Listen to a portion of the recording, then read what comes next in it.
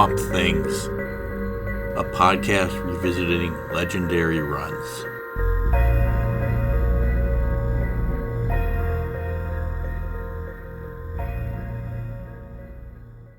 Welcome to a very special bonus episode of Swamp Things.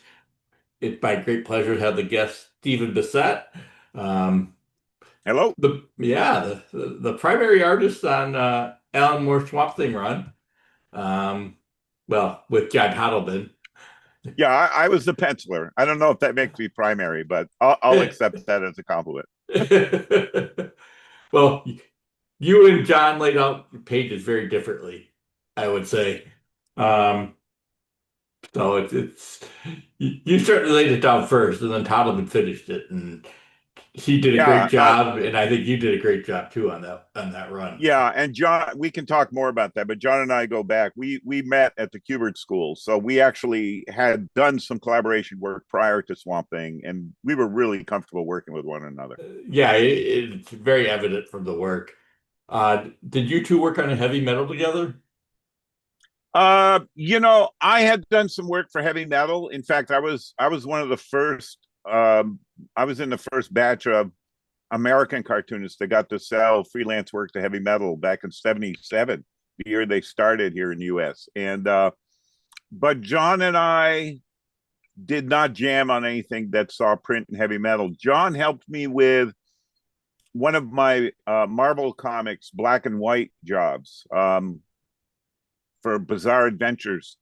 I did a Dracula story with the late Steve Perry. Steve Perry was the writer, and we did a story called The Blood Bequest.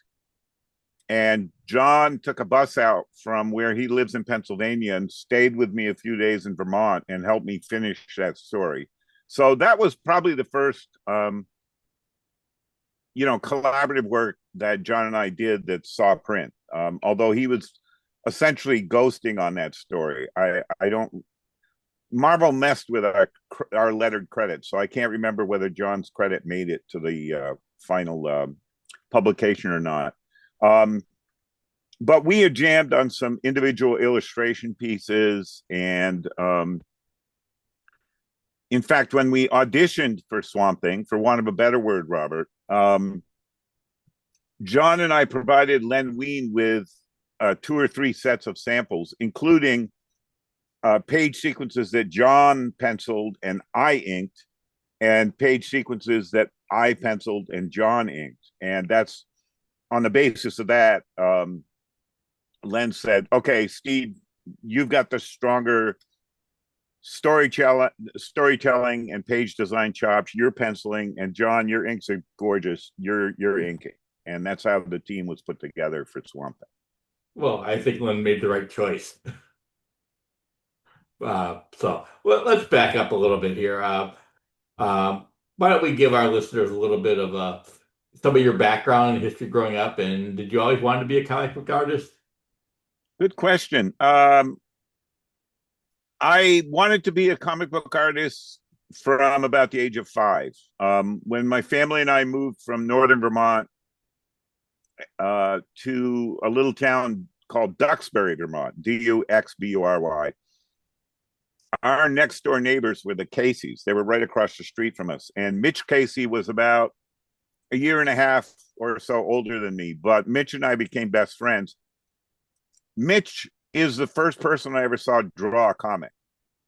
He folded together some pieces of paper, stapled it, and he drew his own comic. It was called Attack of the Giant Tsetse Flies. And it blew my mind. You know, when you're 5 years old, I mean, I grew up with comics everywhere, it seemed. But you didn't think about where they really came from. And I don't think I had really grasped that people made comics, if you will, Robert. And seeing Mitch hand draw his own little monster comic, that's, that there was no turning back. That was my goal from that point on. I went through a period in junior high and high school when I wanted to make movies. My first love in terms of the arts is cinema. But back then, mid 60s to the late 60s, all that was available to a young filmmaker like me was 8mm or Super 8, silent, And I also did a lot of theater in school, junior high and high school in particular. And I could see that I was never going to be able to convince other people that some idea I had to make a movie would be good enough for them to show up day after day after day to be part of a movie. Like I just from the participation in theater, Hmm. acting in musicals at high school and so on, it was such a momentous undertaking that I was discouraged before even really attempting anything too ambitious with film. So with comics, as Mitch had shown me, all I needed was paper, a pencil or a pen, and the skill and time to put down something I had on paper. So that pursued comics. That was really it was the one art form that was available to me that I could make and that I didn't have to convince other people that they should help me, and I also didn't have to marshal any money or any means beyond paper and pen. Hmm. Well, that's good. So, how did you end up at the Kubert School? Good. That was I owe that to three friends. I was going to Johnson State College at the time, and a friend of mine, Tim Barrick, who we call Doc, saw my sketchbooks, and he ponied up the $200 to pay for the print run of my first ever comic. It was a collaborative comic called Abyss that Mm. I did most of the artwork on in the cover. And while working on that, three of my other Johnson State College friends, Jack Vanuker, Mark Whitcomb, who we called Sparky, and Steve Perry, all participated one way or another in that project. And it was really Jack and Steve who convinced me I was wasting my time staying at Johnson State College. Um, and Steve Perry was the first comic fan I ever met, Robert. I mean, the first time I ever saw Mm. long white boxes, the first time I ever saw, comic books in bags, that was Steve Perry. And he was a big Marvel fan at that time, specifically Don McGregor's work on Black Panther, Hmm. Doug Manch's work on Master Kung Fu. And Steve was a subscriber to the Comic Buyer's Guide. Hmm. I remember And that very well. he saw, and correct me if I'm wrong, Robert, I think it was the column Beautiful Balloons that had the Okay. first announcement for the Kubert School. And Steve, as soon as he got that issue, he sat me down and said, "This is where you have to go. Like, you have to go to this school."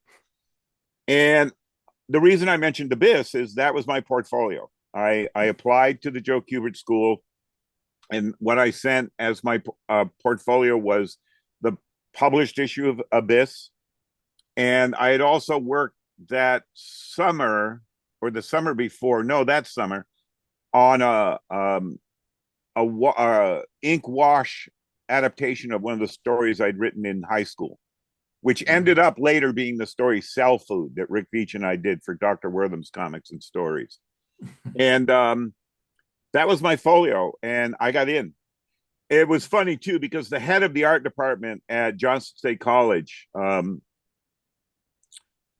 Peter Heller by name, he was like my mentor while I was at Johnson, and he discouraged me from going to the school. He said, "You're going to be up against some hotshot New York artists. They're not going to let you in. You need to stay here and study under me."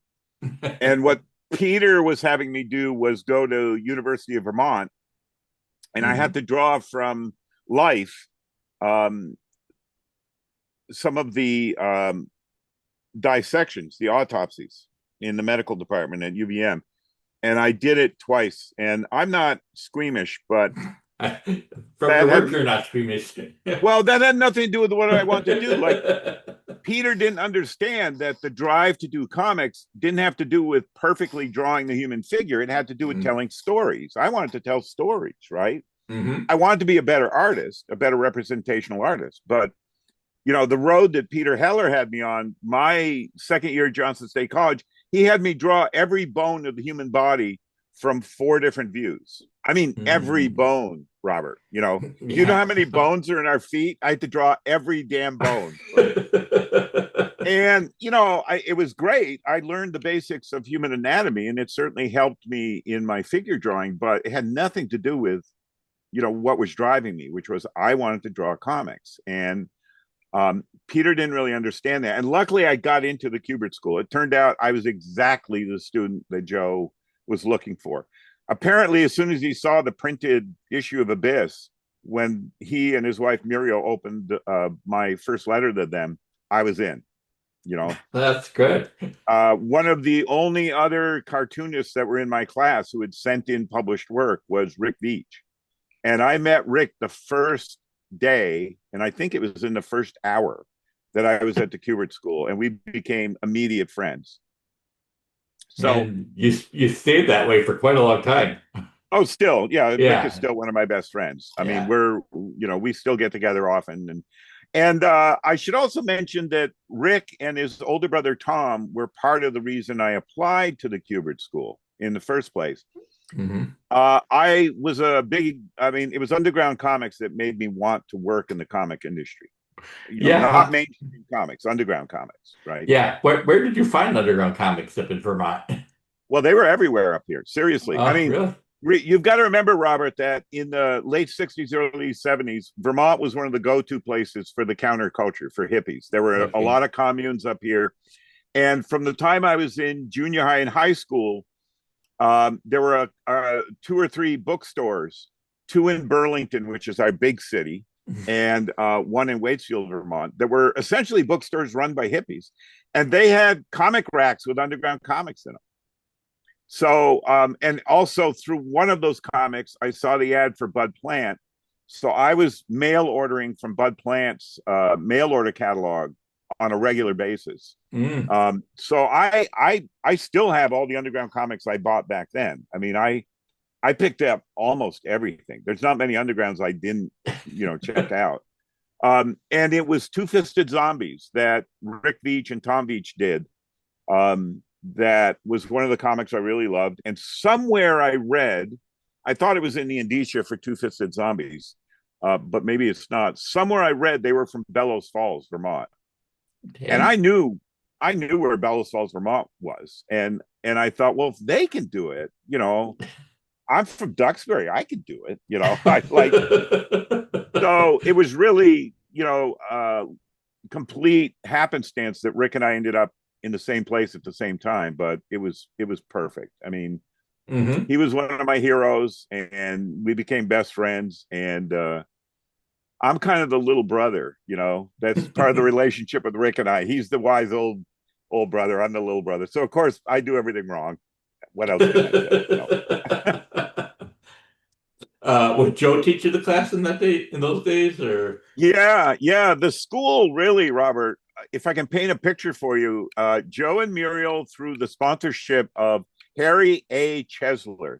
Harry Chesler was one of the original Golden Age comic publishers. He had his own imprint and everything. And Harry, my understanding from Joe is that Harry was the first comic house to give Joe work back when he was a preteen or a Oh man, teenager. that's really going back. So they went way back. And my other understanding, and if I've got this wrong or remembering it wrong, I apologize. Anyone can correct me out there.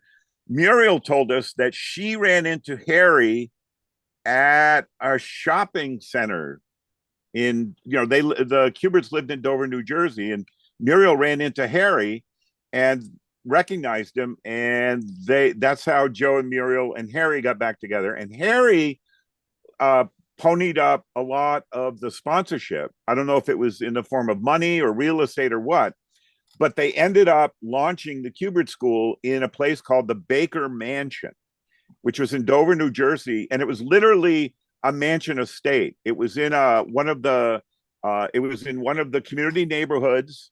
A lot of trees, a lot of lawns in Dover, and it sat up on a hill, and it was this huge mansion, and it had 3 floors and a basement. And the main floor of the building that first year, half of the main floor were the classroom spaces. And we had these big, huge windows, Robert, that looked out on a swimming pool. And in the backyard, there were these gigantic trees that Tom Yates and I and some of our other classmates would climb all the time. It's a miracle that none of us broke a leg. Um, That's the 70s and for you. the other half of the front of the building was Joe's studio that first year. That was his drawing studio the first year. By the second year, when there was a second class coming in, Joe moved back to his home studio, if I remember correctly. But that first year, there were only 21 of us originally. 17 of us continued into the second year. And second year, we were on the second floor classroom. And the new class that came in was on the main floor where we had been. And it was amazing. You know, in that first year class, I had classmates. I mentioned Rick Veach, Tom Yates, Ron Zalmy. There was a bunch of us. And second year came in on brand new class, and it was John Toddleman, Ron Randall, Tom Mandrake, Jan Dursema. You know, this was a really Yeah. tight knit community. Yeah. And we really was really it's kind of a miraculous place to be, because Dover, New Jersey was one of those, you know, this was during the oil crisis, people fist fighting and gas lines in New Jersey, big depression hitting, you know, there was a big recession hitting economically. So Dover was one of those towns on the skids. My memory is we regularly had to walk further and further just to get food, right? Because food stores were closing, and it got harder and harder to put together a grocery trip. None of us had cars. Mm. And but the Baker Mansion was like this oasis, Robert. I mean, it really was this amazing setting to be almost like a monastery. We were like monks for comic books. I mean, it's Yeah, amazing it the was names you incredible. dropped all in that Well, first I two mean, a lot of classes that others, went on to be a real lot of significant. others that might not register for people. Kara Sherman Torino, who sadly passed away in the late '90s. Kara was one of our classmates, an amazing cartoonist. She did a bit of published work for DC and other publishers. Ron Zalmy ended up on staff at Marvel. Ron actually was up in the bullpen at Marvel while I was freelancing for editors like Rick Marshall and Denny O'Neil. Elaine Heinel, who was one of the real success stories from our class that most people haven't heard of. Elaine actually, as a cartoonist, got a gig where they flew her to Japan. Mm. I don't remember who the corporate sponsor was, but you know, Elaine had quite a commercial art career right out of the gate at the Kubert School. And Joe also had a work study program where if we were on top of or close to on top of our homework and so on, there were work opportunities after class hours. And that's how people like, you know, Rick Veach, Tom Yates, Ron Zalmy, myself, Rick Taylor, who ended up working full-time at DC. Rick is still with us, thank God, Rick Taylor. And Rick worked up at DC as part of the production staff and more. And we got gigs like drawing ads for Heroes World. And we put together those Heroes World catalogs for a time, you know, those comic book catalogs. I remember those, yeah. And there were other gigs. You know, we did some public service comics, Sparky the Fire Dog and stuff like that. Mm-hmm. And Joe also brought in this big job. I don't remember who the corporate sponsor was, but they were converting old DC comic stories into educational comics where everything was being Mm. rewritten and relettered so it was grammatically perfect and upper and lowercase. And Joe was laying out and drawing and inking the framing material with these new superhero characters that have been designed just for this educational package. But a number of us were taking photostats of existing DC comic art from the 70s back to the 40s, and we would have to redraw and paste up and reconfigure things to fit the old material into the new format for these educational comics. And I don't know, I only ever saw one set. You know, Joe had a set of them after they were published, and my memory is they were like in a file folder drawer, and they were they were designed for classroom use. So they were comics that were in individual file folders and so on. It was quite elaborate. And we also did the design work and the paste up work and some redrawing for the they were either Signet books or New American Library. They were little paperback reprints of like Legion of Superheroes and Green Lantern and Wonder Woman and stuff. Hmm. So it was all kinds of work. And some of us, including Rick Beach, Tom Yates, and myself, we also got to do backup stories for Sergeant Rock because Joe was editing Sergeant Rock. Yeah, who's gonna say no to Joe on Sergeant Rock? Yeah, exactly. And at the time, Joe wasn't drawing the comic. At the time, Robert, Doug Wildey was the artist of Hmm. note on Sergeant Rock. Um, so it was a really exciting time. And we got paid for that work. We didn't get paid a lot, but we got paid for that work. And one of the jobs I got invited by Joe to do was a werewolf story, a 3-page werewolf story for Scholastic magazine.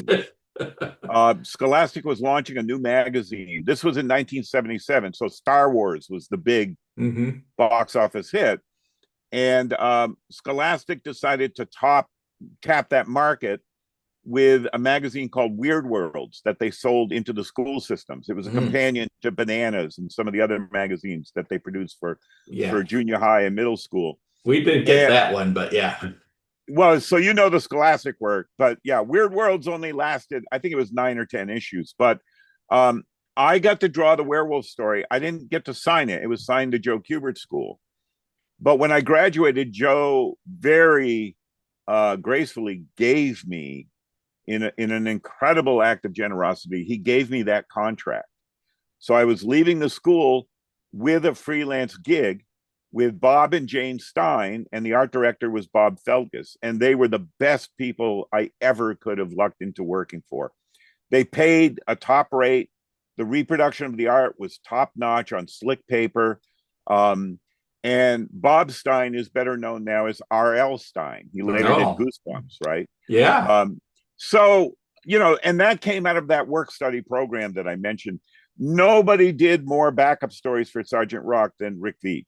Rick Veitch did a ton of work for Joe, and Rick Veitch, Tom Yates, myself, and John Toddleben all went in on rentals for a house in walking distance of the school. So we stuck around for another year to 2 years. I was there for another year and a half. I moved back to Vermont in 1979. But Joe started a studio downtown in Dover called Telegraphics. Mm. So we continued working under Joe and doing those kind of jobs and many, many others after graduation. Well, Joe must have been a heck of it. I've heard the stories about how he drew, uh, just like a machine, apparently. One night, if you were good, and we were always good, Joe would let us sit in when he was working. We had to be perfectly quiet. You couldn't talk to Joe. He always had a local radio station playing, and it was either classical music or jazz, light jazz. And I'll never forget, Rick Veitch and I got to sit in one night while Joe was inking 3 or 4 covers for DC that he had to deliver the next day. He had already laid them out and penciled them, and the logos were pasted in place. And Joe had, I'm not exaggerating, he had a brush or a pen behind each ear and between his fingers. And he was ambidextrous. He could ink with both hands. And he was just moving with whatever tool he needed. And if he made an error or put something down he wasn't happy with, he had this white tape that he could just tape onto the Bristol board and ink right over, make the correction right on the spot. It was amazing to watch Joe work. Just amazing. Um, and um, and we couldn't have wished for a more generous. He really was a father figure for many of us. He was like a second dad for me. Hmm. Um, my dad fell in love with Joe. I had fought with my dad for 21 years. It made no sense to my father. It made no sense that I wanted to do comic books. Like, this made no sense. And the second he met Joe, I mean, the nanosecond they shook hands, my life changed, Robert. Suddenly, it was okay for me to do comics because Hmm. Joe was a man's man in my dad's view. Joe had been in the military, like my father. Joe had a huge family that he had raised completely by an income earned in the comic book industry. And Joe had the firmest handshake of any human being I've ever met in my life. And all these things meant that the second Dad and Joe met, it was okay. The fight was over with my father. Uh, my dad helped. I had saved enough money working for our family business that I paid for both years of Johnson State College, including my room and board, and the first year at Kubert School. And I didn't have enough money left in my account to go back the second year. It was a 2-year program at that time. And my dad said, Mom and I are going to pay for that second year. I was already landing work, Hmm. professionally in New York. So my dad, for the first time, understood, what I was doing and that I was serious about it. And so they foot the bill for that second year at the Kubert School. I was very fortunate. Okay, we're gonna jump ahead a little bit. Yeah, yeah. Let's skip all this. Well, I can listen to stories about Joe all day, but um, I gotta ask how you got the job on Swamp Thing and back with then we with the editor and Marty Pasco was writing. So how did you end up in that job? Okay, well, we got in there because our classmate Tom Yates was drawing Swamp Thing. Right. Okay, now I don't know how it is now in the field, but we're all hippies or children Hmm. of the 60s and 70s. So we weren't competitive with one another. If one of us got a gig, we would try to open the door for our compadres. Often we would finish deadline jobs by, getting our friends to pitch in and help us, which is just what, the Bernie Wrightson, Mike Kaluta, Jeff Jones, Barry Windsor Smith, they had that kind of camaraderie, and we were looking up to them. They were known as the studio at the time. Hmm. Um, so when one of us got our foot in the door, we would let the editors know, well, Tom and Rick helped me with this job. Or in the case of my first work for Marvel, I let them know, Rick Veitch does airbrush. How about we get Rick doing airbrush? And this was a way of sort of not only getting the job done and meeting the deadline, but laying the carpet out so that our friends could work there too, because it was a really hard time in the comics industry. I won't go on and on about it, but this was after the DC DC implosion. implosion, yeah. Exactly. So we were trying to get a foothold anywhere we could.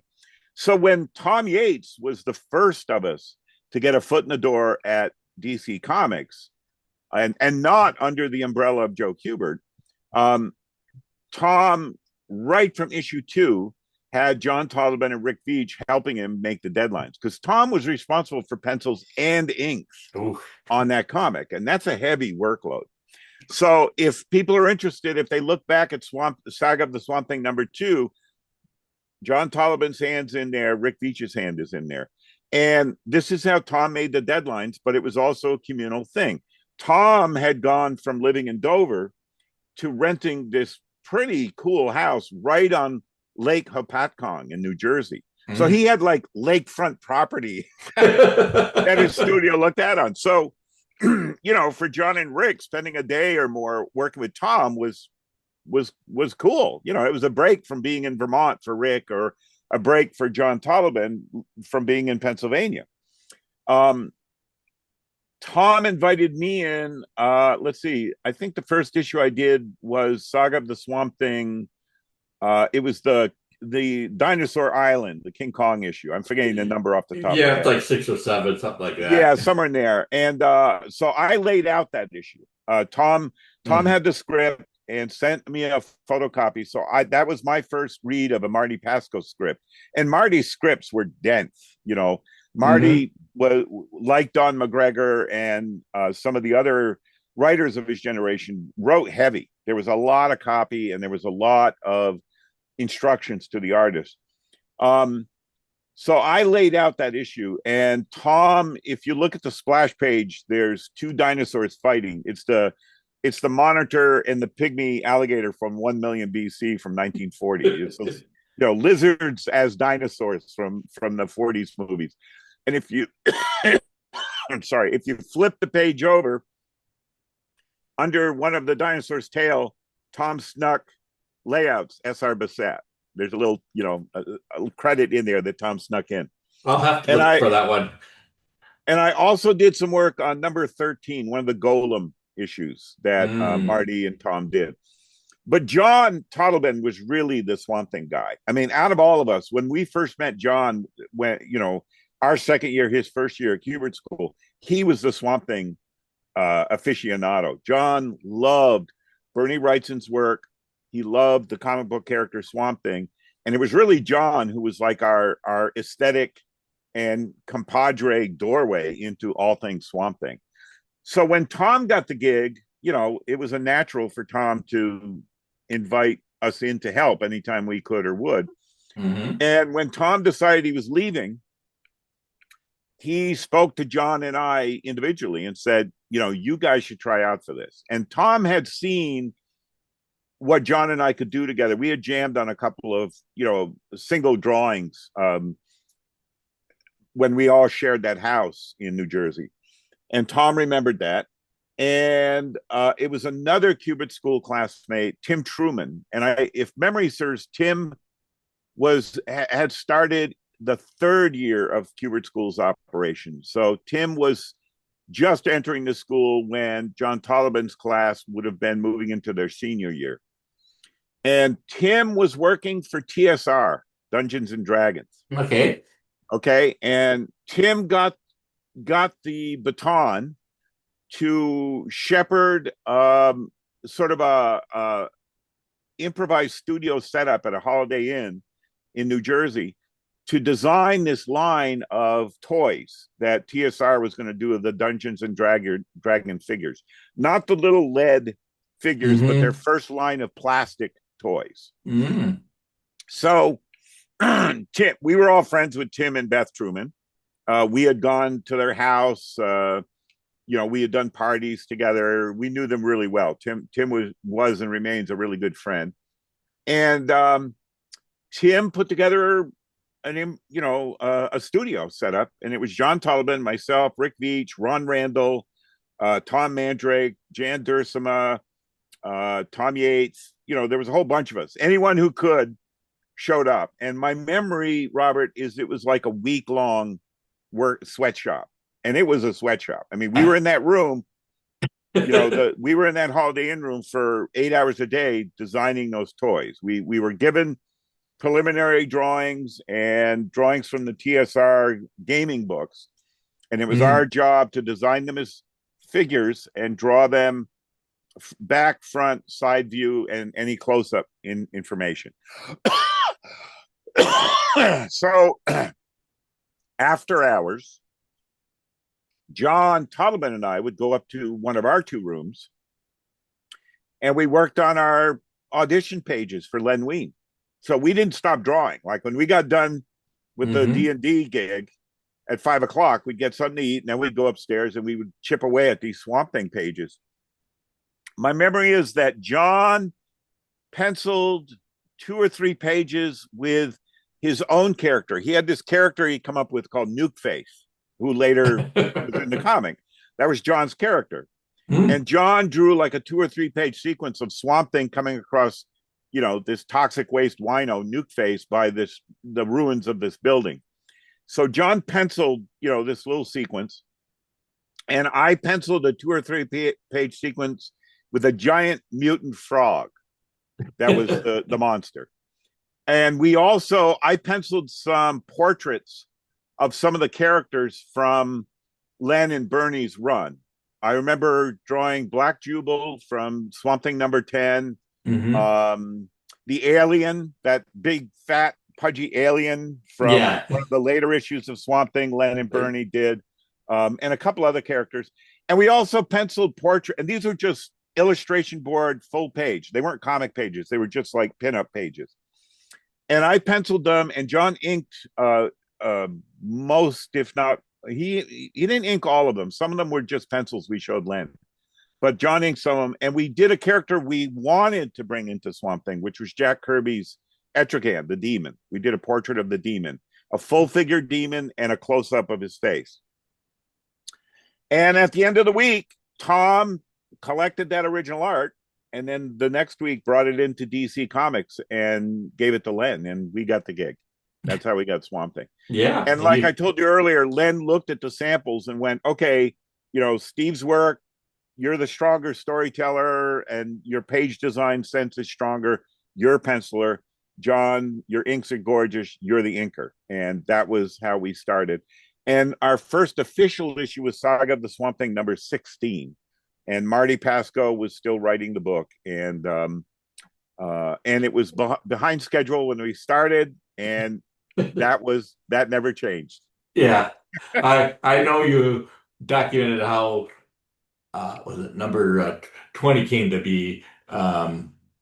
Which day was it? Gene Day that drew it, or Dan Day, Gene Dan Day's Day? brother, Dan Day, Yeah, did the yeah. pencils. Yeah, in fact, John remembers and reminded me that I was penciling 19 at the Hmm. same time Dan Day was penciling 20, which was the first Alan Moore script. And John had to ink 19 and 20 essentially simultaneously. And John actually redrew most of number 20. I mean, the book that saw print looks very different from the Dan Day pencils. No, I'm not casting any aspersions on Dan Day. Like he was It's pinching, very, yeah. and he was Those pinching little, a character he'd never worked on a book he'd never had any hand in. And while John was inking those, I was beginning to pencil number 21, my first issue with Alan Moore. And the day I got the script, FedEx delivered the script. I called up Rick Veitch and said, Rick, you got to come over here. Not only did I need help, it was the best comic script I had ever read in my entire life, Robert. I believe that. And I, Rick and I had been talking since the day we met about our ideal for comics, what we thought comics could and should be. And Alan's script for number 21 embodied everything Rick and I had been talking about since September of 1976. And here it was, spring of '83, and it was in hand, 22-page script. It was all there. And Yeah, yeah. I needed Rick's help. I would always cry help to Rick. Um, but it was also, I wanted us jamming right from the start. Rick had a real aptitude Rick loved Jack Kirby's work, and Rick could just draw those machines and those buildings and those rooms right out of his head. And for me, that was tough. The organic stuff, animals, creatures, monsters, the woods, the swamps, that was no problem for me. But the high tech setup of issue 21 in Sunderland's Mm. lab with Jason Woodrue, Rick really brought that to life, and it just poured out of his fingers. So we were jamming on the pencils right from day one or day two on that Yeah, one. yeah, and it's pretty seamless if you ask me, looking at that issue. I mean, was it included in the Alan Moore's script that Woodrow would not have his breath show in the frozen room? The That time Woodrue would not have what? you wouldn't see his breath. Um, I think that was in the script, as a matter of fact. Alan's scripts were super detailed, Robert. I believe that. And now that you bring that up, I'll have to go back and look. I still have the script, but I'm pretty sure that was in the script. I really watch for that kind of thing. Hmm. There was a recent remake of one of the Agatha Christie or Hercule Poirot films, and it was set in the winter, and it drove me nuts that you couldn't see the character's breath.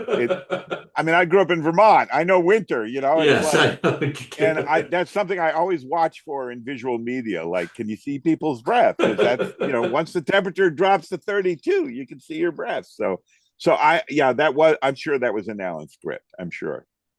Yeah, well, we're gonna back up just a bit. So you were working with Marty. Marty set up a lot of things that carried over.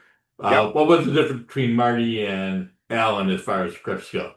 That's a great question. Marty, I mentioned earlier, was a very dense writer. Um, Hmm.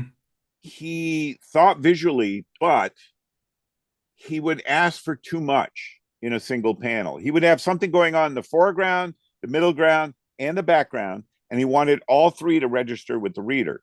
Well, that's not only counterintuitive, that's overloading a comic page. And I'll give you an example right from the first issue, first few pages of Saga of the Swamp Thing number 16. Marty's script called for being above a tree, looking down into a graveyard as Swamp Thing opens up Alec Holland's coffin and Hmm. finds not only that there's no body in the coffin, but Marty wanted it to be clear from the silk in the coffin that nobody had ever been in the coffin. Now, I don't know about where you live, Robert, but where I live, if I'm above a tree, I'm 17 to 35 feet in the air. Oh, and it's raining.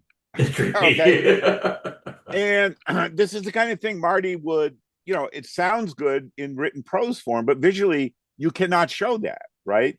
Not without Or like a film camera from you start up above and you zoom well, in or you move in. you're inhibiting what you're asking the artist to do something very essential, which is to show the reader that not only is it an empty coffin, but that Alec Holland's body was never in the coffin. Hmm. Well, you need a closer shot to reveal that. And if it's Yeah. raining, that adds another complicating factor to this whole, a clean coffin thing, right? Because you dig up a coffin, there's dirt everywhere and so on. So Marty would constantly do this kind of thing. And it was fun as an artist to try to solve these problems, but it Hmm. also led to pages. There's a page where Dennis and Liz are at a motel and they're talking to each other, and it's very exposition heavy dialogue. Literally, a third to a half of that page is comprised of word Word balloons. balloons, yeah. So I'm working around that. Now, one of the reasons Len Wein liked my work and Karen Berger liked my work and John Costanza, the letterer, liked my pencils is I had been trained by Joe Kubert to lay out, when you're working from full script, you lay out the balloons. And I knew from photocopies I've had of Tom Yates's pages of Swamp Thing exactly the sizing of John Costanza's lettering. So I would Hmm. lay in light pencil all the balloons. So I wasn't trying to draw something in a panel that was going to get covered up with a caption or a balloon. Hmm. I had worked Marvel Method in the past. I did work with editor Rick Marshall at Marvel. I did work with Denny O'Neil at Marvel. I had worked Marvel Method.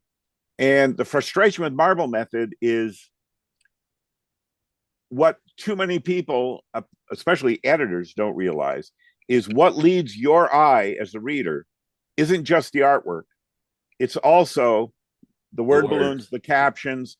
And my students are sick of hearing this. I used to go to conventions all the time. I mean, John Tolman and I were at a show or a shop every other weekend. A lot of conventions back in the day, I don't know if they still have them. They'd have little sit down rooms where you could get a soda or a sandwich or something. Hmm. And I got in the habit of watching people read comics, like following their eyes. And I realized there were three ways that people read comics. Text oriented people turn the page, they kind of drink in the artwork really quickly, and then they read every caption and every balloon in order. And then you can see their eyes go back over the artwork, like they read the page twice. First the text, then the artwork. Artwork oriented people turn the page on a comic, they read the visuals, and then they go back and read the balloons. And very regimented readers read panel by panel. They don't cheat, they don't look ahead. You can follow their eyes. They drink in everything in panel one before they go to panel two. I have to design a page as a penciler so that all three readers are going to read my page the same way. Mm. And there are other factors, Robert, without getting too technical. On some pages, it's not where you place the word balloons, it's also where the tails of the word balloons go, because tails are arrows. They point your eye, not just to who's speaking, but it also is part of the composition of the page. So when I designed a page of Swamp Thing, I was trying to take all those factors into account. And the fact that Marty Pasco and Alan Moore wrote full script was great because it meant I knew exactly what all the compositional elements were on every single page. This is also why I felt so free, Robert, to smash that 6 panel and 9 panel grid. Yeah. I by the time I was doing Swamp Thing, 83 is when I started. I'd been working professionally in comics since 1977. I hated that goddamn rectangle, right?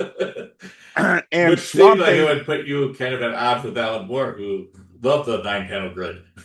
well, Alan understood what I was doing. I mean, Yeah. take a look at page 1 of the issue that lost us the comics code, which would be Saga of the Swamp Thing number 29. Hmm. Okay. So if you look at page 1, Yeah. Alan designed a 6 panel page. And that's the page where we're not seeing Abby. We're seeing all the debris in Abby's apartment of her having had some kind of a breakdown. Hmm. And we end on panel 6 with seeing Abby in shock, laying on the ground. We can only see her head and her hair. And in the foreground, Alan called for a wire brush that she had scrubbed herself with. And Alan wanted the reader to recognize that there were drops of blood, there were beads of blood on the wire brush. Okay. And Yeah. that's now, if you look at that page, and I'm describing it to you in detail, Robert, that's the page, so that your listeners or your viewers, I'm not sure how this podcast goes out there, whether it's just audio or visual as well, so that your listeners also can dig out that page. I stuck to Alan's 6 panel grid, but if you look at that page, what I did is I slightly shrunk the top 3 panels, and I put everything with a slight diagonal. Hmm. And the reason I did that is that when Alan described a 6 panel grid, now picture this in your mind. If I went with a standard 6 panel grid, that wire brush would have been very tiny in panel 6. Hmm. The And all most the panels important, would be equal. right. The most important thing on that whole page is that brush. So I designed the entire page and cantered everything slightly akimbo so that you were feeling a little bit of the emotional distress Abby was going through. But I also did it to open up the bottom of the page so that that wire brush is bigger than anything on that page. It is the primary visual element of page 1. Hmm. Now, in that same comic, you turn the page to the double page spread. Alan called for page 2, and page 2 would have been a vertical, right? Hmm. He wanted a figure of Abby in a fetal position. And then page 3 would have been the sequence Abby and something talking in the swamp earlier, before the trauma. Well, what's important on that splash page? It's Abby. So I took Alan's script of pages 2 and 3, and I made the double page spread. The largest part of the page, 2/3 of that spread, is Abby in a fetal position on the floor. And doing it as a horizontal makes more sense for the human figure being curled up on the floor, Hmm. right? I'm not trying to squeeze her into a vertical panel. No, it's a natural. Fits It's a naturally. natural. And I also knew we were still working with the code. Even though Alan said she's nude, I couldn't have any visible nudity on Abby. No Yeah. breasts, no rear end. So I put it all in shadow. And I knew, and I said to John Tollivan, John and I used to talk on the phone almost every day. I said, John, take this dark portion of Abby's rear end and do the most disturbing collage you can do of insect forms. And that's what John did. That's all his doing, those crazy skeletal and insect forms. And then the dialogue between Swamp Thing and Abby in the swamp could be right at the bottom of the page. So Hmm. I was still following Alan's instructions, but I was breaking the grid, but I was also breaking the grid to emphasize the emotional impact. Swamp Thing to me was a horror comic. Yeah. I was drawing a horror comic. That's where I was coming from, Robert. That was my dream when I went to Kubert School. I wanted to work in horror comics. And years later, when I became friends with Scott McCloud, Scott was like, Steve, why'd you get into comics? I was like, I wanted to bring back horror comics. And he was like, that's kind of a dumb thing. I don't think he used the word dumb, but, and I just said, Scott, that's what I wanted to do. I wanted to bring to mainstream comics what Greg Irons and Tom Veach and Richard Corbin and you know Hmm. all those underground cartoonists have been doing in the undergrounds. And I wanted to do it in mainstream comics, and Swamp Thing was my ticket. So, So I feel you were not upset at all that they decided to dump the Comic Code Authority with that issue. well, that was accidental. I know. We followed all of Alan's instructions, and that entire story hinged on that whole story hinges on that Matt Cable's co-workers are dead, Hmm. and that they're not just dead and reanimated zombies, but they are reanimated by insects, because that's the link to Arcane, who in hell is able to materialize himself in this world, this plane of reality, through insects. So those bodies are being mobilized. The reanimation agent is insects inside the bodies. That was the whole thrust of Alan's script. That's why Hmm. that issue ends with that beautiful grace note of Swamp Thing walking through the swamp, and he sees a bird on the ground and he thinks it's alive because it's moving, and he picks it up and he realizes it's the maggots in the body that was making it move. Right? That wasn't Hmm. Alan just being gross. That was Alan going, "This is how Arcane is manipulating everyone around Abby. He is Hmm. reanimating the dead using insects and maggots." So we drew that whole issue 29. John inked it. We delivered the issue to our editor, and our editor at that point was Karen Berger. Yeah, I will. Okay. I have a And question to follow up on that, but yeah. yeah, and the issue gets delivered to the Comics Code, and they go, "No way." Right.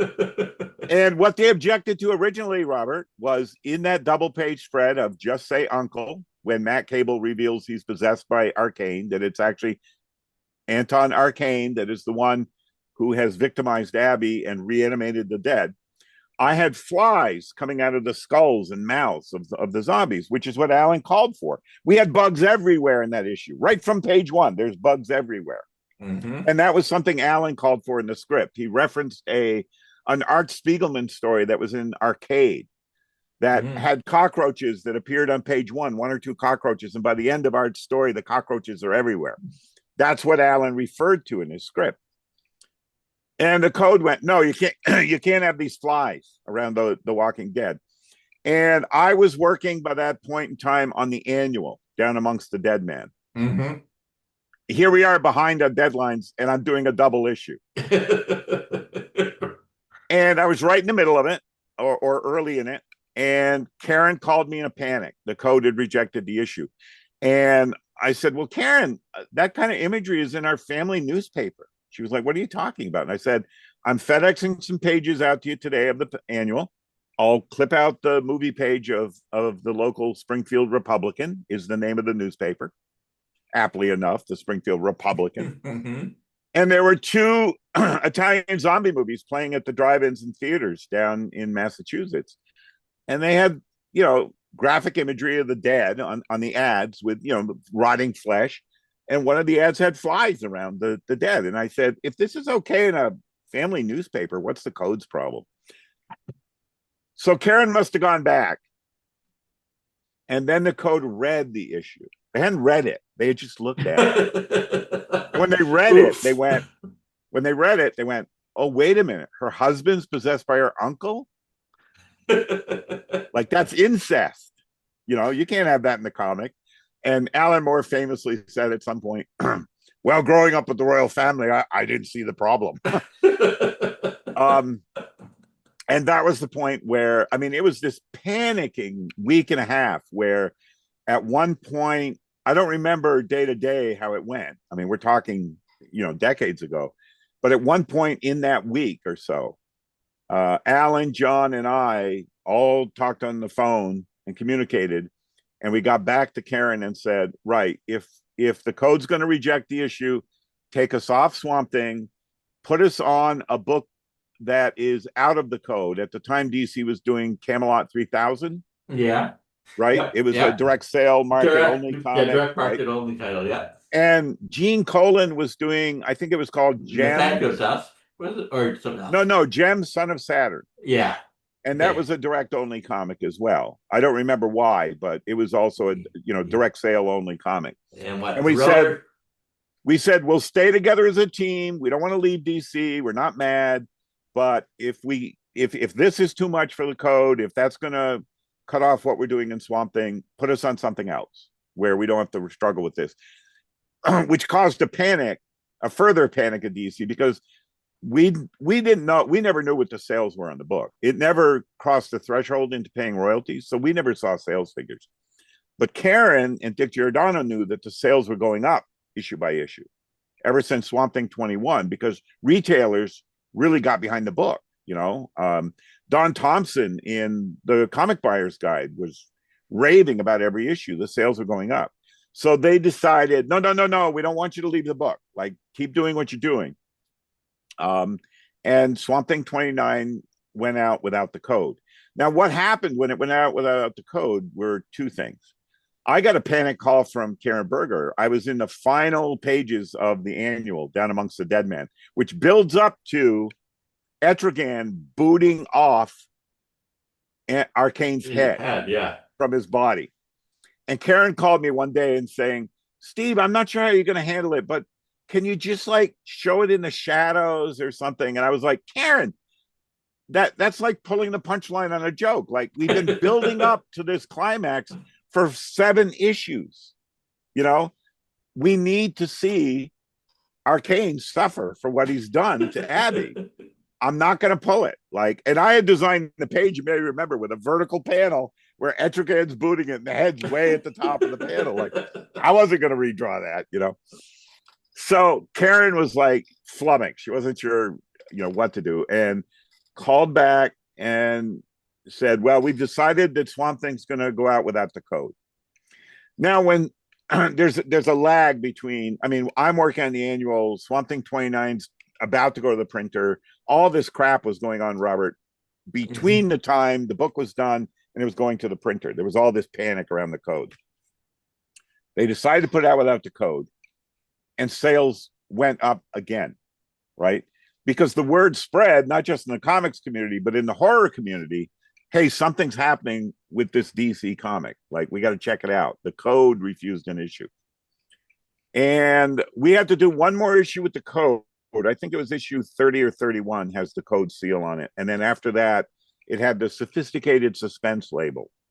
I like the sophisticated suspense label. Well, they had figured out Yeah. that mature readers was just as problematic as saying it was adults only. Yeah. Other publishers had done mature readers, and retailers would get busted. This is when shops were getting busted by local police stings and shit. Yeah. It's So not like they were actually sophisticated reading the suspense was books. the workaround.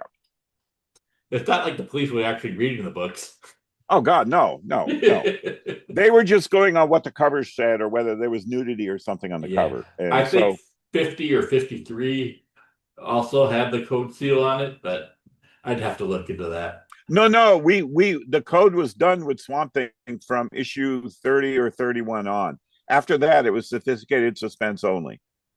Yeah, I think the big crossover issue might have had it at the end of 50, but I might be wrong on You're that. talking about the Crisis issue. Oh my God. Yeah. Oh my God. Yeah, maybe you're right. One of those I think had it The on there. Crisis issue, not because of the code. The Crisis issue was the point where John Taliban and I both said to each other at the same moment, essentially, we're done. This is we're leaving the book. I recently wrote a text essay for one of the DC editors for one of their Crisis omnibus books. I was asked to write something.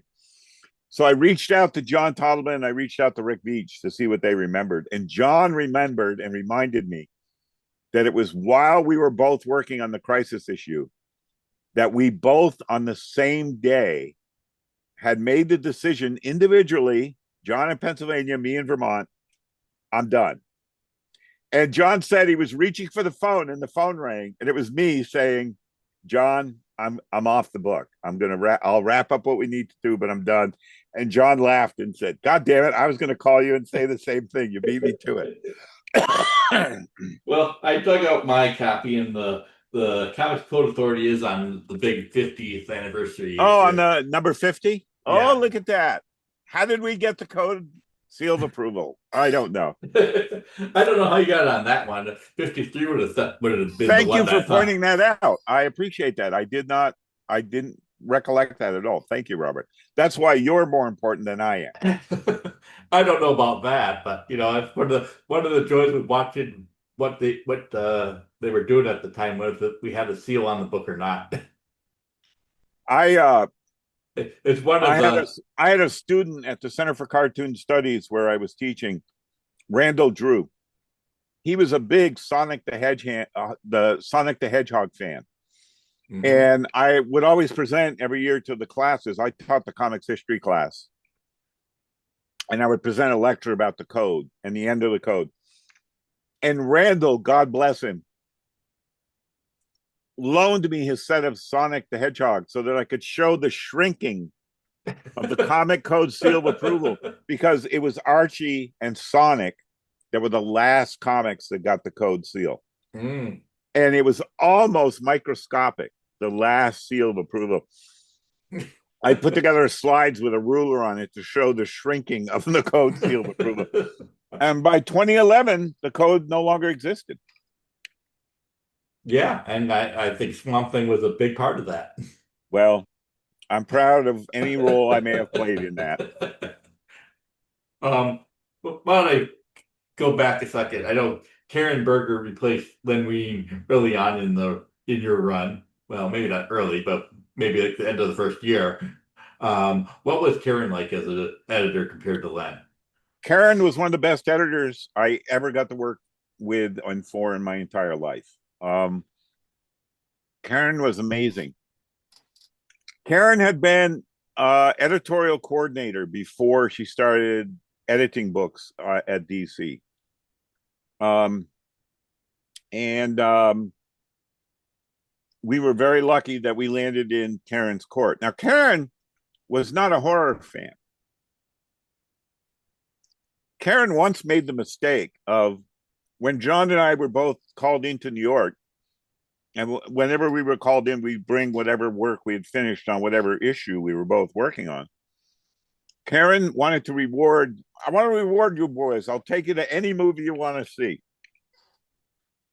Stuart Gordon's The Reanimator was A playing in New York classic. City, and it wasn't playing anywhere near John, or it was never going to play in Vermont because it was an unrated film. And John and I, without missing a beat, together went Reanimator. So Karen, you know, buttoned up and took us to Reanimator, and it almost made her sick to her stomach. She did not flee the theater, much to Karen's credit, but that was a rough ride for Karen. Reanimator. And John and I mean, we're laughing, at the end of that film. We're like losing our shit laughing, and Karen was just like mortified. But she was a great editor, and here's why. A lot of editors see the artists and the writers as their pair of hands. Mm-hmm. Karen did not see the writer artist as her pair of hands. She wanted us to just give her our best work. That's all she really wanted. And to make the deadlines. I was a constant headache for Karen. And I won't go into that, but I'm sure it was the reason I never got to work with her again after we were done on Swamp Thing. Well, I hear the story that you took 6 weeks to finish an issue. Yeah, I've said that for years. Yeah, It took me so it's 5 to like 6 weeks to I do a could do the monthly math. comic. Do the math. Yeah. I'll also add the caveat, which to some people matters and to some people doesn't. My first wife worked at a school for autistic children. We had 2 kids, so I was at home alone all day with 2 kids. Mm-hmm. I did most of my work after hours, so I was the one that would get up, give a bottle to baby Maya or later baby Danny, while penciling, and then I would crawl to bed. And part of what drove Karen nuts is, when my kids napped, I unplugged the phones. There were no cell phones, there were Mm-hmm. no fax machines in the house. And when the kids napped, I unplugged the phones, and Karen would go nuts trying to call me. But I was the father of 2 kids, 2 babies at that time. So Back in the day, you anyway, could be disconnected. Anyway, point being, as an editor, though, Karen was magnificent. And part of it was she didn't see us as her pair of hands. And I am in no way casting aspersions on Len Wein. Len Wein once asked me to design a Batman cover. He had an image Hmm. in his head. Robert, I did like a dozen roughs. And I'm not talking loose scribbles. I'm talking about full marker, color marker roughs from the description Len gave me. It still wasn't right. And after 12 tries, I said, Len, I'm out of gas. Like, I don't know what you want. So he said, okay. And he went to John Tolliban, and John ended up painting the cover. It was, I believe, a Batman annual. Mm. John told me that even after he'd finished the painting, Len still wasn't happy. Like, whatever. So Len had a picture in his head that he wanted us to realize. Karen never did that as an editor. She just wanted our best work. And because Karen had the distance from we're there with our noses. Alan's nose is in the typewriter. My nose is in my pencils at the board. John's inking as quick as he can. John Costanza's lettering with a book that's behind schedule. Tatiana Wood is coloring, meaning all the weight of the behind the deadline pressure is on the colorist, Tatiana Wood, who always did a stellar job. Karen's the one that had the wherewithal to look at the big picture. Now, part of the reason we lost the code on Swamp Thing 29 is originally Swamp Thing 29, Alan scripted as part one of the Nuke Face papers. Mm. Okay. John Tolliban's character, Nuke Face. Oh, and Alan was very receptive to John's and my plot ideas, where Marty was not. That was a big difference between the two of them. Hmm. Alan, I never finished answering your first question, but I'll come right back. Alan thought visually. Alan understood each panel and each page makes 1 point, and you cumulatively build that. And where Marty would try to layer action, where there's multiple action in a panel, Alan fully understood the way Harvey Kurtzman understood how comics worked. And Alan's scripts were flawless to work from. Hmm. He never asked for more than I could give as the penciler. And he welcomed any changes I made for the better. He was never upset when the page design deviated from his, but I never cheated from his panel descriptions. I never was, you don't change what the writers put down there.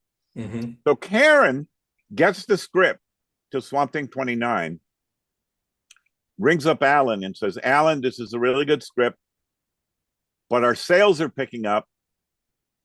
And this is too funereal in pacing. It's too slow an issue. Let's save this issue for down the road. So Alan suddenly had to write a brand new script out of nowhere in 2 days' time or something. He sent me a letter during it, and I think he did it in 2 days flat. And because Karen had asked for a horror issue, Alan delivered, right? He did deliver. I remember picking up that issue, It and was amazing, and Karen was the one who understood, no, the readers need, they need the gas, the pedal needs to stay on the gas. You guys are accelerating. Don't slow the vehicle down now for 2 issues of this Nuke Face story.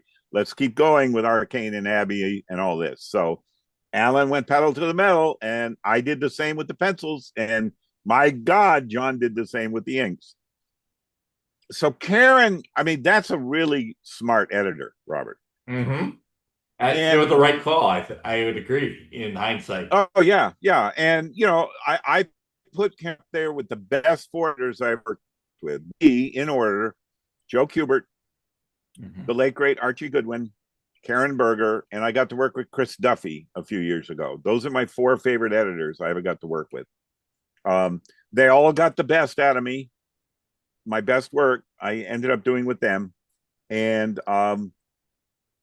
it's kind of a miracle what we pulled off, and the fact that Karen took what we were doing in Swamp Thing, and out of that came the genesis of what became the Vertigo line. I mean, Yeah, I a you good guys, 20-year run of that, yeah, exactly. I and think Karen is as historically important an editor as Helen Mayer, who was the editor at Dell Comics. Okay. And I think Karen is right up there. And just an amazing editor. It was we didn't get the hard side of Karen too often, and Karen once went to bat for me in a way almost no editor would have. And I won't go into the details on that, but there was a point in time where I could have been thrown under the bus, and Karen stuck up for me. And Karen, as a person, when Joe Kubert died, Rick Veitch and I made the drive together down to New Jersey to go to Joe's funeral. Karen did the impossible. She got Rick, me, her, and Paul Levitz to go to lunch together. and that was amazing too, because we'd had a lot of friction directly and indirectly with Paul during his fiefdom at DC. I hasten to add, thank you, Paul Levitz, that we still get royalties. And that's all because of what Paul Levitz and Jeanette Kahn did during their time at DC, that we still benefit from all that work we did. Well, that and the work stands, it still sells.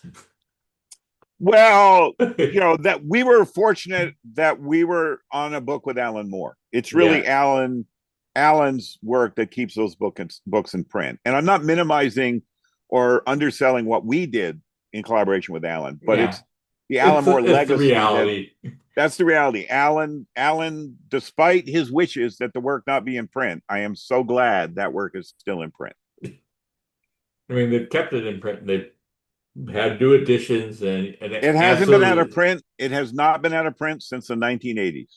And I'm talking about around the world, Robert. Yeah. They've kept that work in print, and we still get royalties off the reprint editions. John Tolman and I, and Rick Veitch and I also get royalties off John Constantine, because we co-created the character of John Constantine, even though Rick is the one who first penciled the real first issue of John Constantine. So you're saying Growth Patterns is the first appearance and not Sting or whoever shows up in... well, that's John Constantine that shows up in Swamp Thing 25. We just didn't have a name for him yet. Yeah, that all came out of a game we had been playing with Len Wein that pissed Len Wein off. So John and I were drawing Gumby in every issue of Swamp Thing. If you go back and look at those first two issues we did with Marty Pasco, we snuck Gumby in there. And I got a call from Len Wein one day. I thought it was because I was behind the 8 ball with the deadline again. I got a call from Len where he didn't even say hello. He said, "You are playing a very dangerous game, young man." And it was because of Gumby. So I had to promise Len, all right, I won't sneak Gumby in anymore. So I rang up John Tollivan, and we both had a good laugh over that. And we said, okay, who can we sneak in that Len won't recognize? And it's like, well, he doesn't know who the Police are, the band The Police, And Sting looked really cool in Brimstone and Treacle, the Dennis Potter film.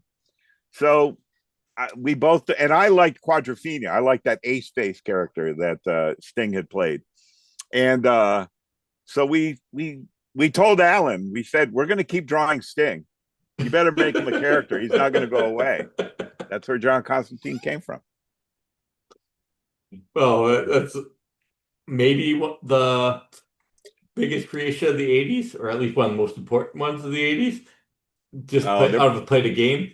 There must be something else, but no, we're very thankful for John Constantine. He has treated us very, very well. I mean, it's post Wolverine and before Harley Quinn. I'm not sure who would be the big one else from the 80s.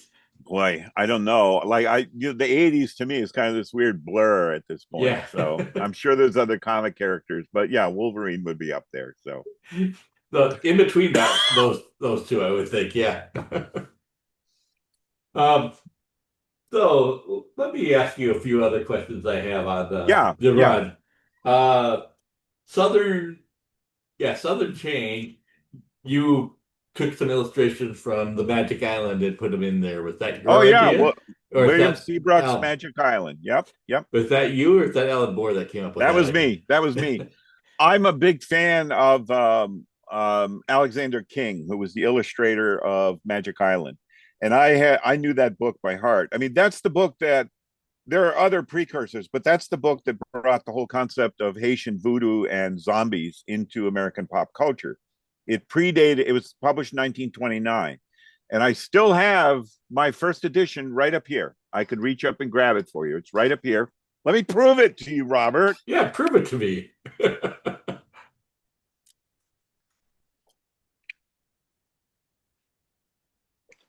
So I still have my copy of The Magic Island by Yes, you W.E. do. Seabrook.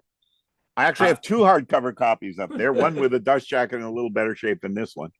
And as soon as I got Alan's script to the part one, I rang up Karen and I said, Karen, I'm going to work some collage elements into this. I'm gonna incorporate some Alexander King illustrations. She didn't care to hear about the details. She said, when was it published? I said 1929. She said, okay, like there weren't going to be legal issues. Um, and I shelved the book in my studio, my writing studio where I'm talking to you from, and it's right next to four other Alexander King books. I loved his work as an illustrator. Now, in terms of the 20s, when he was working on this book, I mean, this iconography is very racist in nature.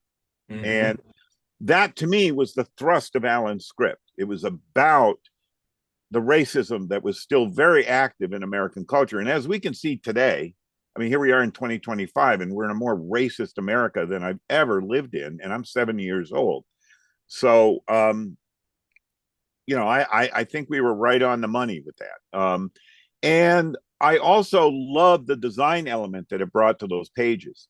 Mhm. The other thing that's different about that issue is that it was the first time I got to work with Alfredo Alcala as Okay. inker. And Alfredo became the inker because that was John Taliban's suggestion.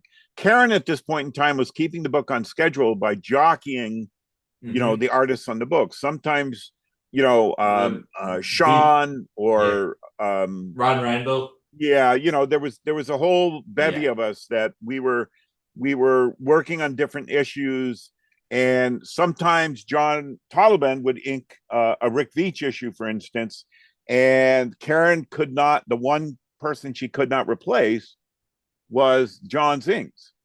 So we entered into a conversation with Karen about who would we want doing, issues where we were going to be staggering the workflow. I suggested Gene Colan, who at that time was actually living in Vermont. I wasn't aware of it at that time. I love Gene's work, and Hmm. his hand is all over my work on Swamp Thing. Um, but Karen said no. She said Gene would not understand an Alan Moore script. She said I'd be on the phone with him all day, just walking him through a page of Alan's script. She says, I love Gene. Aesthetically, I see what you're saying, but so it really came down to, by that time, my approach to page design was clear enough that other people coming in the book could maintain the visual flow of emulating aspects of what I was doing. What was harder to match was John's inks. Hmm. And it was John who said, well, I'm from a specific school of inking, and the only comic artist that is working right now in comics that also works in that school of inking is Alfredo Alcala. It was a classical school of pen and ink illustration work that John had built his style upon. And John was on the money when he said Alfredo. Now, Alfredo, we didn't know, was under ironclad contract with DC. They had to provide a certain number of pages to Alfredo to ink every month. Oh. That was the nature of his contract. So for John to suggest Alfredo was perfect. DC was like, great. And Alfredo's approach to the comic page, with very few exceptions, really meshed with what we were doing on Swamp Thing. And I had to change what I was doing, Robert, because John and I knew each other so well Hmm. that there were aspects of my pencils where I could go really loose because I knew what John was going to do, and John knew what I was thinking. But with Alfredo, I could make no such presumption. I never met Alfredo. I never worked with him before. And the only conversation I ever had with Alfredo on the phone was almost surreal in how bizarre it was. And so to do tight pencils, super tight, because any line I put down is what Alfredo was going to work over. But it worked out really well. There's only Mhm. one panel in all that work I did with Alfredo where I winced, like, Alfredo, you missed it. Um, it's the panel where Swamp Thing's carrying Abby, and he thinks she's dead or she's in a zombie state. Mhm. And I drew him carrying Abby the way you have to carry a human being, with both arms under her. And for some reason, I don't know why, Alfredo drew her with Swamp Thing's arm over Abby on one end and he's cradling her head with the other. It just doesn't look right. And that was not what was in my pencils, but oh well. Page That worked well. Nobody complained. I haven't never heard was any a good Swamp Thing story. fans. Yeah. Um, so, doing that issue with the pencils, I penciled the Alexander King compositional elements from the Magic Island, and I did them very, very tight. And Mhm. I drew them more in my style than in Alexander King's style, but I still absolutely emulated his imagery from the Magic Island. You could pull a copy of the Magic Island and match it with some of the imagery in those two issues of Swamp Thing. Oh, that's a big question. What was the issue that you had the most fun drawing? Well, nothing was more fun than issue 21. I still think that's one of the best comics I ever got to work on. The most fun. Wow. Nobody's ever asked me that, Robert. I Wow. Um, mean, I would think 50 would be fun with all the guest characters, nah, or by 50, I it hated was those. tired. Okay. I hated those DC guest characters. Rick Okay. Veitch can tell you. Like, I would call up Rick saying, "Rick, can you give me a day or two?" I hated drawing the superheroes and the DC characters. To me, that was a disruption of what we were doing with Swamp Thing. Okay. And I was so pissed about it that for years, Len and Alan maintained the fiction that it was Len, our editor, who had demanded, the Justice League be in issue 24. But it was actually Alan that wanted to bring in the DC universe. Um, no, I had the most fun with the Demon issues. I can see Those that. three issues of the Demon. That was a plot line that John and I had proposed to Marty. Hmm. And that whole story concept came from my first wife, Marlene O'Connor, working at a school for autistic children that no longer exists in Wilmington, Vermont. It was called Green Meadows School. Hmm. And it was a residential school that a number of parents of autistic children had put together, where the autistic kids could live there together and get the care that was necessary.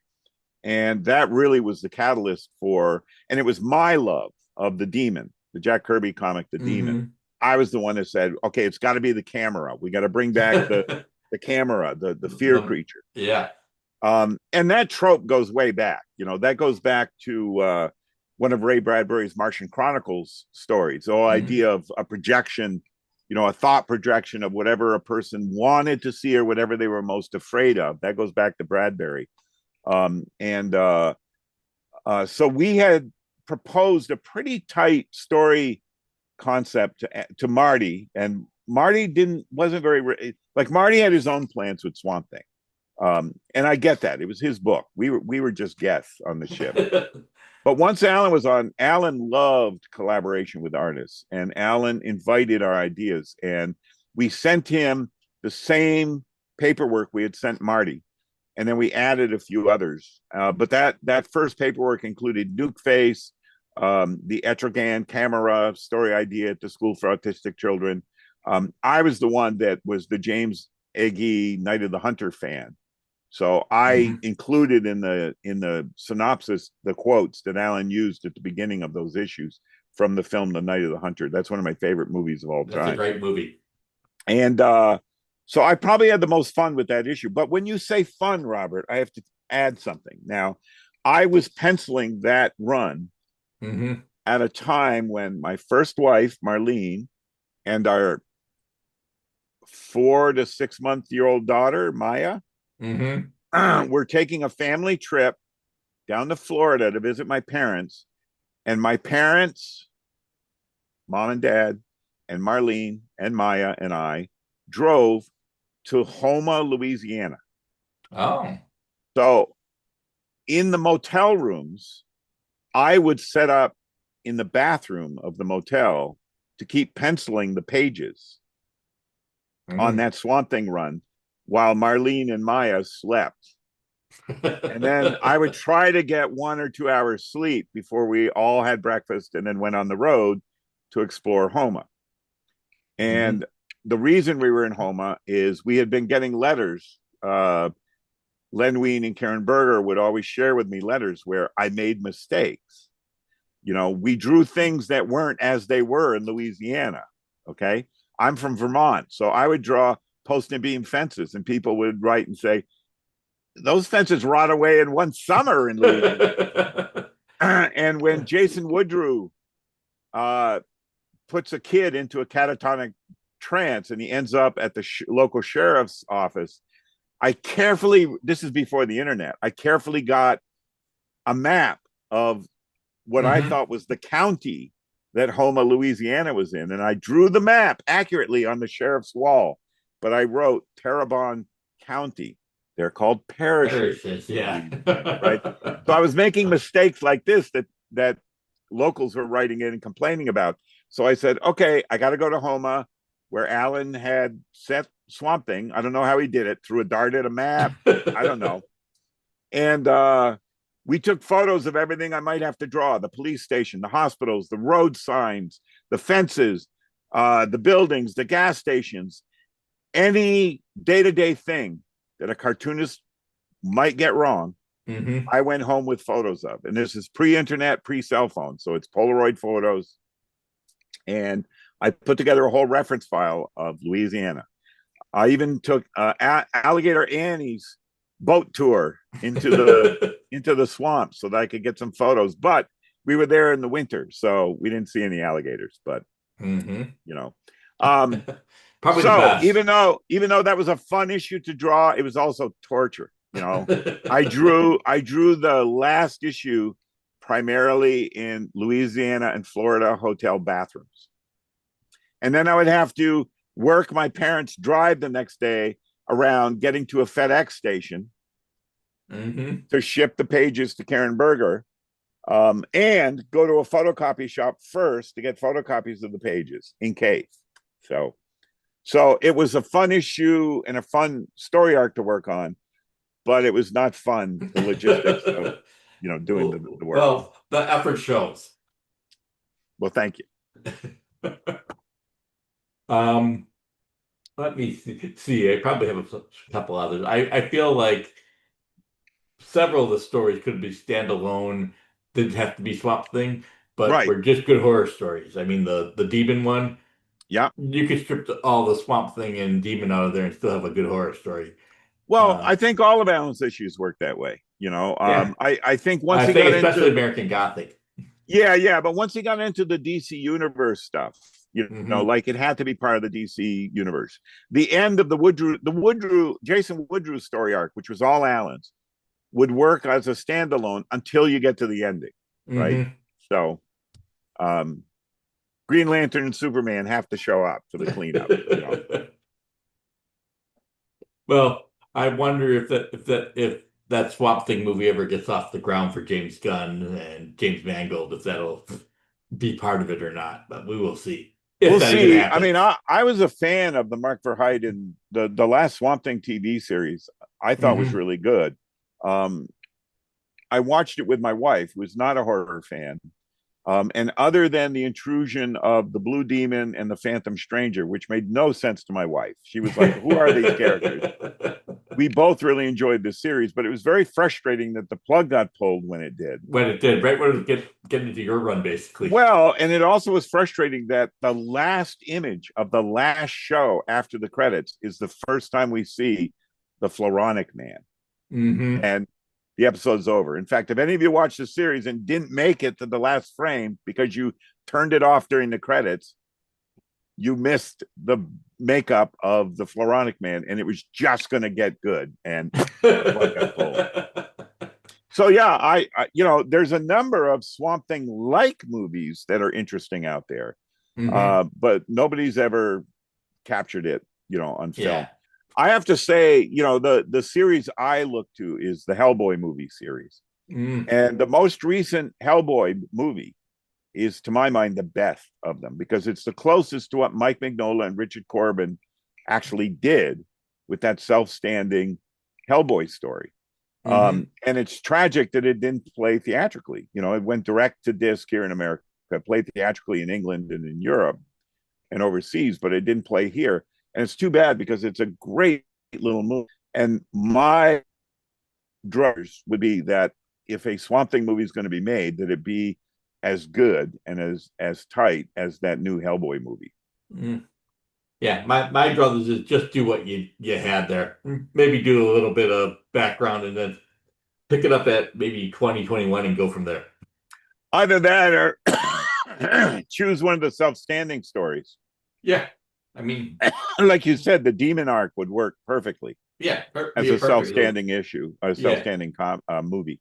Yeah, Southern Change, Strange Fruit would work as a movie. Yep, yep. But you really don't have to have Swamp Thing in it, so probably want more of a central character. But yeah, that idea. The Excuse Winchester me. House movie, they actually made one. Apparently, it's not as good as your story or Alan Moore's story. Which one? The Winchester House movie. Oh yeah, yeah, that movie wasn't very good. My wife and I watched that. We actually, it was years after the issue, and I've got I to know you didn't finish. draw that one either. I That didn't was draw it, but that was an issue that was concocted during the time John and I were brainstorming with Alan. And the story concept, I have to give a shout out to my friend Jim Wheelock, who is still living in Los Angeles. Jim is in very ill health right now. mm, And he does a number of online fundraisers. If anybody out there is listening can kick in. Jim Wheelock is the guy who proposed the Winchester House story. And Jim went the extra 9 yards of going to the Winchester House and getting the pamphlets and sending me enough copies that I could mail a copy to Alan and to John. And we had a copy to give Stan Walk, who I believe penciled that issue. I believe. That's all on Jim Wheelock. So if you're a fan of that issue of Swamp Thing and you can kick in $5 or $10 to Jim Wheelock's fund, please do so. Mm. Well, there's my little PS. Well, I gotta ask, is there any ideas you had for American Gothic that weren't able to be fit in that you would uh, like to have seen? the werewolf issue was my concept. That actually came out of an unsold heavy metal Mm. concept that I pitched to John Workman, who was the art director at Heavy Metal. And it didn't fly at Heavy Metal, but when I sent the concept to Alan, he ran with it. Yeah, Um, a and very yeah, controversial issue, judging by the letter columns. yeah, yeah. My beloved wife Marjorie is bringing me throat coat tea because she heard me coughing. Thank you, dear. Here's to Marge. Thank you, Marge. Thank you so much. Story ideas I wanted to do. We had a number of pitches. We ended up not getting into the issue. I wanted to do. I'm a huge fan of Rene Magritte, Hey. the Belgian painter, and he wasn't really a surrealist. Magritte was on his own thing. Like he disowned the surrealists, they had disowned him, but most people think of him as a surrealist.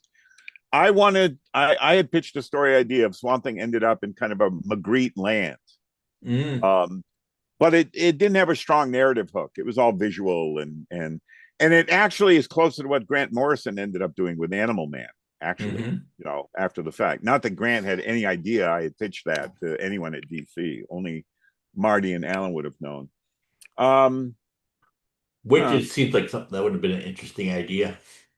Yeah, it would have been fun to draw for sure. I mean, John and I Yeah. would have really run with it. And in a weird way, the closest thing we ever got to it was one of the issues I wasn't part of was John doing that collage issue that turned into Loving the Alien, Hmm. where John just concocted the artwork and they gave it to Alan, and Alan, worked it into a story. Um, and those collages John did were amazing. They had moving mechanical parts on them. I mean, they were like Yeah. the collages were built up where they were like sedimentary layers. It was amazing. Um, I think the only one I regret are not doing, which later somebody did in Swamp Thing. I don't remember which writer's run it was on, but it was two of the issues that Richard Corbin drew, where they brought Lauren Coleman in, a cryptozoologist. I always wanted to do an issue involving well, choose your moniker. You know, a Bigfoot, a Sasquatch, a swamp booger, a skunk ape, the folk Hmm. monster. You know, one of those swamp creatures that's already down there. But we didn't end Hmm. up going there. And I'm really right now. You know, one of my pet projects is cryptid cinema, and I'm about to do a cryptid comics volume. Mm. And I really wish we had done at least one swamp thing that literally tied into that real life swamp monster tradition down there in the southern states. Um, yeah, I think the only other one that we might have pitched was the idea of a like a concentration camp in the Mm. swamps, which actually, the Trump administration is floating again under Steve Miller. Is they're floating, sending the so-called detainees, these people they're kidnapping off the streets. Um, but I don't remember John and I formulating that into an actual plot that we had sent to Alan. Hmm. So, um, but no, I think we hit. My frustration was that I wasn't there for American Gothic. I mean, it was really the interruption of the crisis issue, and there were other factors I won't go into. Robert, just John and I knew we were done. The way that John Toddleman put it at the time, which I've quoted a number of times, is John said during a phone conversation, we put the car on the road and now they want us in the back seat. And that's how it felt. And that was the point where both of us went, let's end this. We didn't step away instantly, as you Hmm. know, as a Yeah. reader. I And mean, Karen, God bless her, invited me to script, I guess, scripted a handful of issues after. And hmm, that was a real blessing because that first issue I did, the one that was set in the nursing home with the the nursing patchwork home. man, Yeah. I really learned how to do a 22-page comic script from doing that issue. Hmm. So that was another big thank you that I owe Karen Berger because she really taught me the ropes of what it took to script effectively a 22-page comic. And I'm still really proud of that issue. Rick Veitch did a great job with it, and Alfredo did a great Hmm. job with the I ink. have a question on that one. Yeah, There's the elderly gentleman that fixes watches. Was that a reference to a Clockwork Horror? yeah. It definitely was. And Okay. the home that Abby was working in was a direct reference to uh, the family store that my father and mother ran in Colbyville, Vermont. Okay. Bissette's Market was between two nursing homes, and Okay. so day to day, I was, taking care of customers who were from one or the other of the nursing homes, and I really got to know those people very well, and that informed my writing of that issue. Um, in fact, a couple of the people, the real world people I knew when I was a teenager, I turned into characters that are in that script, that issue of Swamp Thing. Um, there were certain things I worked into that issue that mirrored my experiences back then. I would sometimes have to deliver a bag of groceries or a box of groceries more often than not to one or the others of the homes. And so I got a glimpse of, what life was like inside those nursing homes. And it Hmm. could be pretty grim. We're talking about pre-air conditioner. So during Mm. a hot spell like this, people would be in really dire straits. And from some of our customers, um, I found out about the thieving that was going on in one of the homes. One of the workers got fired, and that became the character that Abby keeps butting heads with in that issue. Okay. Um, so, but yeah, that character was a reference back to that Len Wein, Bernie Wrightson Swamp Thing issue. Good call on your part, Robert. Question about I know you said John Toddleman was the Swamp Thing fan. Did Yeah, you were you a fan also, or did you read those issues, or was that I after the sure did, fact? and I still have them. I was a fan of Len and Bernie's run on Swamp Thing, and I stuck with it through most of the Nestor Redondo run. Mm. But it was, I dug what Len was doing. Those 10 Hmm. issues, they were doing what we later did in American Gothic. They did Hmm. each one of the horror motifs that Len and Bernie wanted to hit on. There's the Lovecraft issue, there's the werewolf issue, Yeah. you There's a know, witches issue. There's exactly, you know, yeah. renegade robots, which is kind of their Westworld or Stepford Wives Hmm. variant.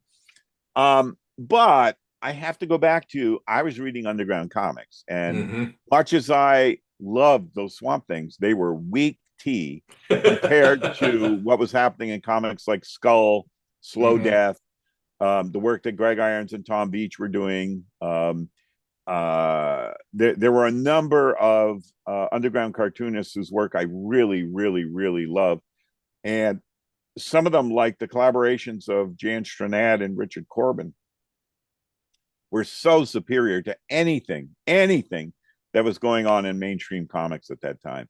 Um, I would say the one body of work, two bodies of work that were being published in mainstream that measured up to underground horrors that would be what Bruce Jones was writing for Warren magazines, right? Hmm. And that includes classics like Jennifer, which Bernie Wrightson drew, right? I mean, that is like a top drawer comic horror story. But almost all of Bruce Jones's work for the Warren magazine's Creep, Eerie, Vampirilla was terrific stuff. And the other one was the work that Marv Wolfman, Gene Colan, and Tom Palmer were doing in Tomb of Into a Dracula. Dracula, yeah. I've held on to the full set of 70 issues plus annuals of Tomb of Dracula because, to my mind, that is the first American horror graphic novel right there. Mm. And the early issues of Tomb of Dracula, Archie Goodwin was the first writer, and it Hmm. took up to 5 issues before it was the team of Marv, Gene, and Gene and Tom. yeah. But once they were on, they were on. And I've gotten to speak briefly to Marv Wolfman. We ended up together at a convention in Copenhagen, in Denmark. And Marv was there with his wife. I was there with my wife, Marge, who just brought me the throat coat tea. God bless her. And I got to talk to Marv a little bit at that time about that run on Tomb of the Dracula and what that meant to me and how it informed our work on Swamp Thing. And Marv was pretty tickled. And I said to him, I said, once your writing began to incorporate things like that issue of one of the characters' diary, it was obvious you were thinking in terms of not just a serialized comic, but a bigger piece of work. And the Tomb of Dracula really holds up. So to my mind, much as I love what Len and Bernie did on those 10 issues of Swamp Thing, it didn't hold a candle to what the underground comics were doing in the horror genre. And it was definitely eclipsed by what Bernie later did with writers like Bruce Jones. But Bruce Jones's best work in those Warren magazines is Bruce. Bruce would take a love story and turn it into a horror story. That all of them are love stories that he wrote, almost Hmm. to a story. And he was working with some of the best artists in comics at that time: Bernie Wrightson, Russ Heath, um, Jeff Jones. I mean, it was amazing what Bruce got to do. Richard Corbin. Um, Hmm. and it's just, I wish somebody would collect all of that stuff in one volume of the Bruce Jones horror work from the Warren years. And then, of course, Tomb of Dracula, which I've mentioned. I really think if we even came close to what Marv and Gene and Tom did, then we gave it our all on Swamp Thing, but I don't know if we pulled off what they pulled off. They never broke from that team, right? Marv No, wrote every issue, Gene penciled every issue, Tom inked every issue, and we weren't able to sustain that. no, but hey, the the people you brought in were to help fill in were very talented too. So Well, I mean, the run that followed us, Rick Veitch as a writer penciler, that's just that's an amazing body of work. It's finally being collected. And I'm hoping Rick will really get his due because that is just a remarkable body of work. The that is irony a is good run. Rick doesn't like horror. That's the irony is Rick always is like, Bissette, you're reading all that shit into it. And it's like, man, he's one of the best horror creators that ever worked in mainstream comics or Hmm. underground comics. Yeah, I mean he's had quite a career. I mean after Swamp Thing and Rat Pack and Everything. The everything. One, The um, One, Rarebit uh, Fiends, the you Max can't get Immortal that no. he's doing now. Yeah, just amazing stuff. Yeah. There's a brand new book out that Brannon Costello edited called Conversations with Rick Veitch that I highly recommend. Mm. And I got to put all my cards on the table. I did 2 of the interviews with Rick that are in that book. A vintage interview that Stanley Weotter and I did with Rick back in the mid 90s. And I did a new interview with Rick covering his current body of work, all the print on demand stuff that he's been doing as part of his Sun Comics imprint through Amazon. So, yeah, I think You too, would think he'd be settling down by now. You'd think he'd be settling down into retirement by now. this is Rick's retirement. He's happier than he's ever been. He's Well, able to, Rick has told me multiple times, he's finally doing what he always wanted to do with no gatekeepers. He goes in his studio 5 days a week, works on his current comics. There's nobody telling him yes or no. He doesn't have to get permission to do anything. He's happier than he's ever been. And man, that is heaven retirement for a cartoonist who's as committed as Rick is. yeah. Um, I mean, after Swamp Thing, you had several things. I read Taboo. I know not too many of us did, but that was an underground comic, I think. Oh, big time. Yeah, Yeah. yeah. Taboo, in my mind, that was co-created with John Tollivan, but John figured out early on he was not interested in editing. Editing is a big job. Hmm. And to me, Taboo was really doing what we almost did with Swamp Thing, which was to push horror comics into the new millennium. Like Hmm. I still to this day I bristle when I see comics that are just trying to recreate a past era. We don't need recreations of EC comics. We don't need. I lost you there for a second. I don't. Hmm. No sound. No sound. Testing 1 2 3. Can you There hear we me? go.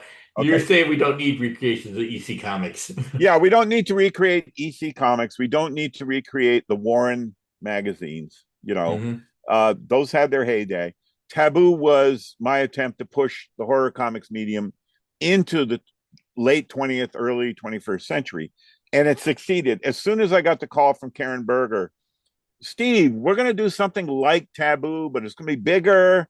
We're going to do a line of comics. Could you share some of your contacts with me?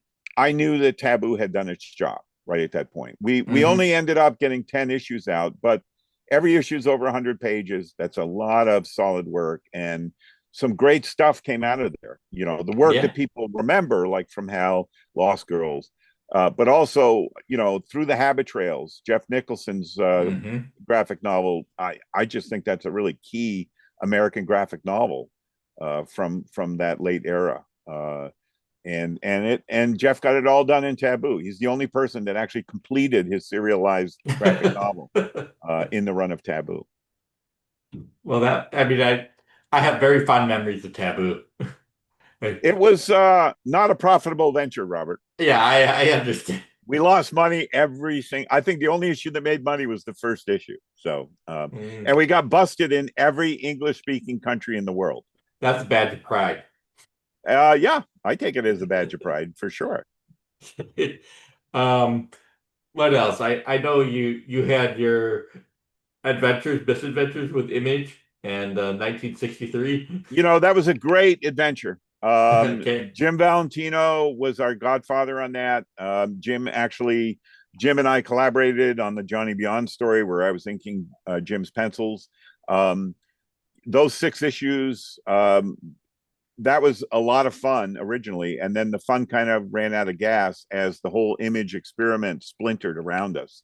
Um, it was what it was, and it isn't what Mm. it isn't. It's too bad we never got to the annual. I know a lot of people still gnash their teeth over that, and it took quite a toll on all of us in the end. My first marriage was completely disintegrating at the time, Mm. and that was a factor for me bowing out when I did. But the big reason I bowed out is we couldn't mobilize the Image guys. At that point, their whole thing was beginning to fragment and Hmm. splinter. And the big mistake we made was saying yes to Jim Lee, letting him take over the annual. If we'd done it with Jim Valentino, if we'd stayed the course, there would have been an annual. Jim Valentino would have made it happen. And we were stupid. We were just stupid. Well, But we didn't understand what was happening, in a 10-minute window of time at that San Diego Comic Con when Jim Lee stepped in and wanted to insert himself. We didn't understand what was happening. mm, And we later found out it was just a pissing contest. between some of the Image guys, that it was an ego thing. Like they couldn't live with Jim Valentino being the one that brought Alan Moore into the stable. They all wanted Alan Moore, and that became a real poison pill. No fault of Alan's. Mm, uh, yeah, probably no. I mean, either I don't even want to get into that. Well, I and mean, it but probably said it. Yeah. because of 1963, Rick Veitch and I individually got to do our dream projects. It was Hmm. the doing those 6 issues of 1963 allowed me to dedicate 2+ years of my life to Tyrant, my dream comic, my dinosaur comic. It Hmm. also, more importantly, allowed Rick Veitch to launch Roaring Rarebit Fiends, Rick Veitch's literally dream comic. Yes, I have and issues. what allowed us to bankroll all that was what we had earned off of 1963. So I owe a huge debt that I can never repay to Jim Valentino, and I owe a huge debt to 63. And it's definitely a frustration that we weren't able to complete it. We tried. We really tried. Rick Veitch and I tried repeatedly for 20 something years to find a way to do it, and it just was never going to happen. So Well, that's a shame because I feel there'd be a lot of receptive readers to it these days if it was ever collected. yeah, yeah, but Alan doesn't want it collected, and Hmm. you got to honor the wish of. I mean, one of the downsides of creator ownership is there's a lot of creators. I just tracked down a first edition hardcover. It was very expensive. I had to get it in Australia, which cost a lot to ship. I had to track down the first novel by Roald Dahl, Oh man, you wouldn't and think that would be hard to find. Roald Dahl did not want to keep it in print. It Mm. never was reprinted. I wasn't getting a first edition because of some kind of collector's conceit. That's the only way to read the book. Hmm. So, you've got to respect when an author, a musician, an artist says, you know what, I put that out there, but I don't want it out there anymore. It's tougher when it's a collaborative project. Like, Yeah. why do we all lose potential revenue in our dotage because 63 is not in print? But at the same time, Alan doesn't want it out there, and that's how it is. It was a partnership between all of us, and he was the linchpin and the main creator on that book and writer. And when Alan decided he didn't want it out there, that's that. But I go back to Hmm. what I said to you earlier, Robert. You and I are only talking because Yeah. Swamp Thing is still in print, and I'm very thankful Swamp Thing is still in print. Yeah, I'm very thankful that other people get to experience it. Yeah, Yeah, I mean, and we're reaching a whole new generation. I hear almost every week from somebody who's just read Swamp Thing for the first time, and the fact that the work still lasts, still speaks to people, is still relevant. That the work we did in the mid '80s still feels fresh to hmm. people because comics have changed so much since then. I guess we were doing something right. Yeah, I mean, I won't say there've been other horror comics since then, but I mean, it's one of the standout horror comics, and especially the '80s. I think it is the standout horror comic. Um, and I still get emails from listeners that are picking it up for the first time. So it's always good to, I was happy to reread it and see that it lived up to my memories, and it it it's a great book, and I hope other people continue to discover I do too. I do too, and not just because we get royalties from it, but that also helps. it. Any other ground we haven't covered yet, Robert, that you want to Well, cover? I And never, I'm always available to you if you want to yeah. reconnect at some point. Just So, just a couple other things. yeah, bring them on. I think one of Alan Moore's strengths as a writer is that he utilizes the whole creative team. The colorist is important. The letter is important. He gave John Costanza fun things to letter. Oh yeah, Tatiana Wood, I think, was a key element. Tatiana Wood was absolutely essential to the team. We were overjoyed she was our colorist. When we were at Kubert School, Joe Kubert, I don't think it was in the classroom. It was in the classroom, but it wasn't during class time. It was after hours. Joe picked up an issue of Sergeant Rock that one of us had on our desk. And it was the issue that has Sergeant Rock as a caveman on the cover, right? And it was a whole issue Robert Kanigher had written where, here's caveman Rock, fighting a dinosaur or other cavemen. and here's Sergeant Rock, World War II, fighting Germans. And it was one of those Robert Kanigher duo Mm-hmm. stories. And Joe walked us through every page what Tatiana had done as a colorist, right?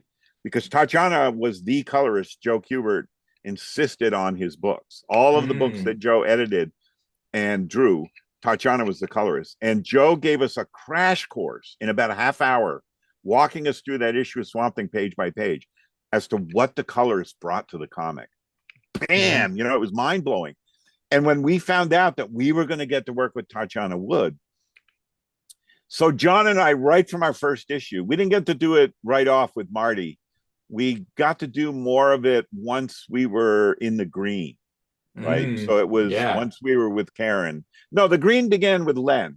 It was during the Woodrue issues. So Len Yeah. was still doing his last couple of 22, issues. 23. Yeah, yeah. So John and I understood, and I had done hand done color separations. In fact, my first ever comic, that one I mentioned at the top of our conversation, Robert, Abyss, that I did at Johnson State College, I hand drew those color seps for the cover.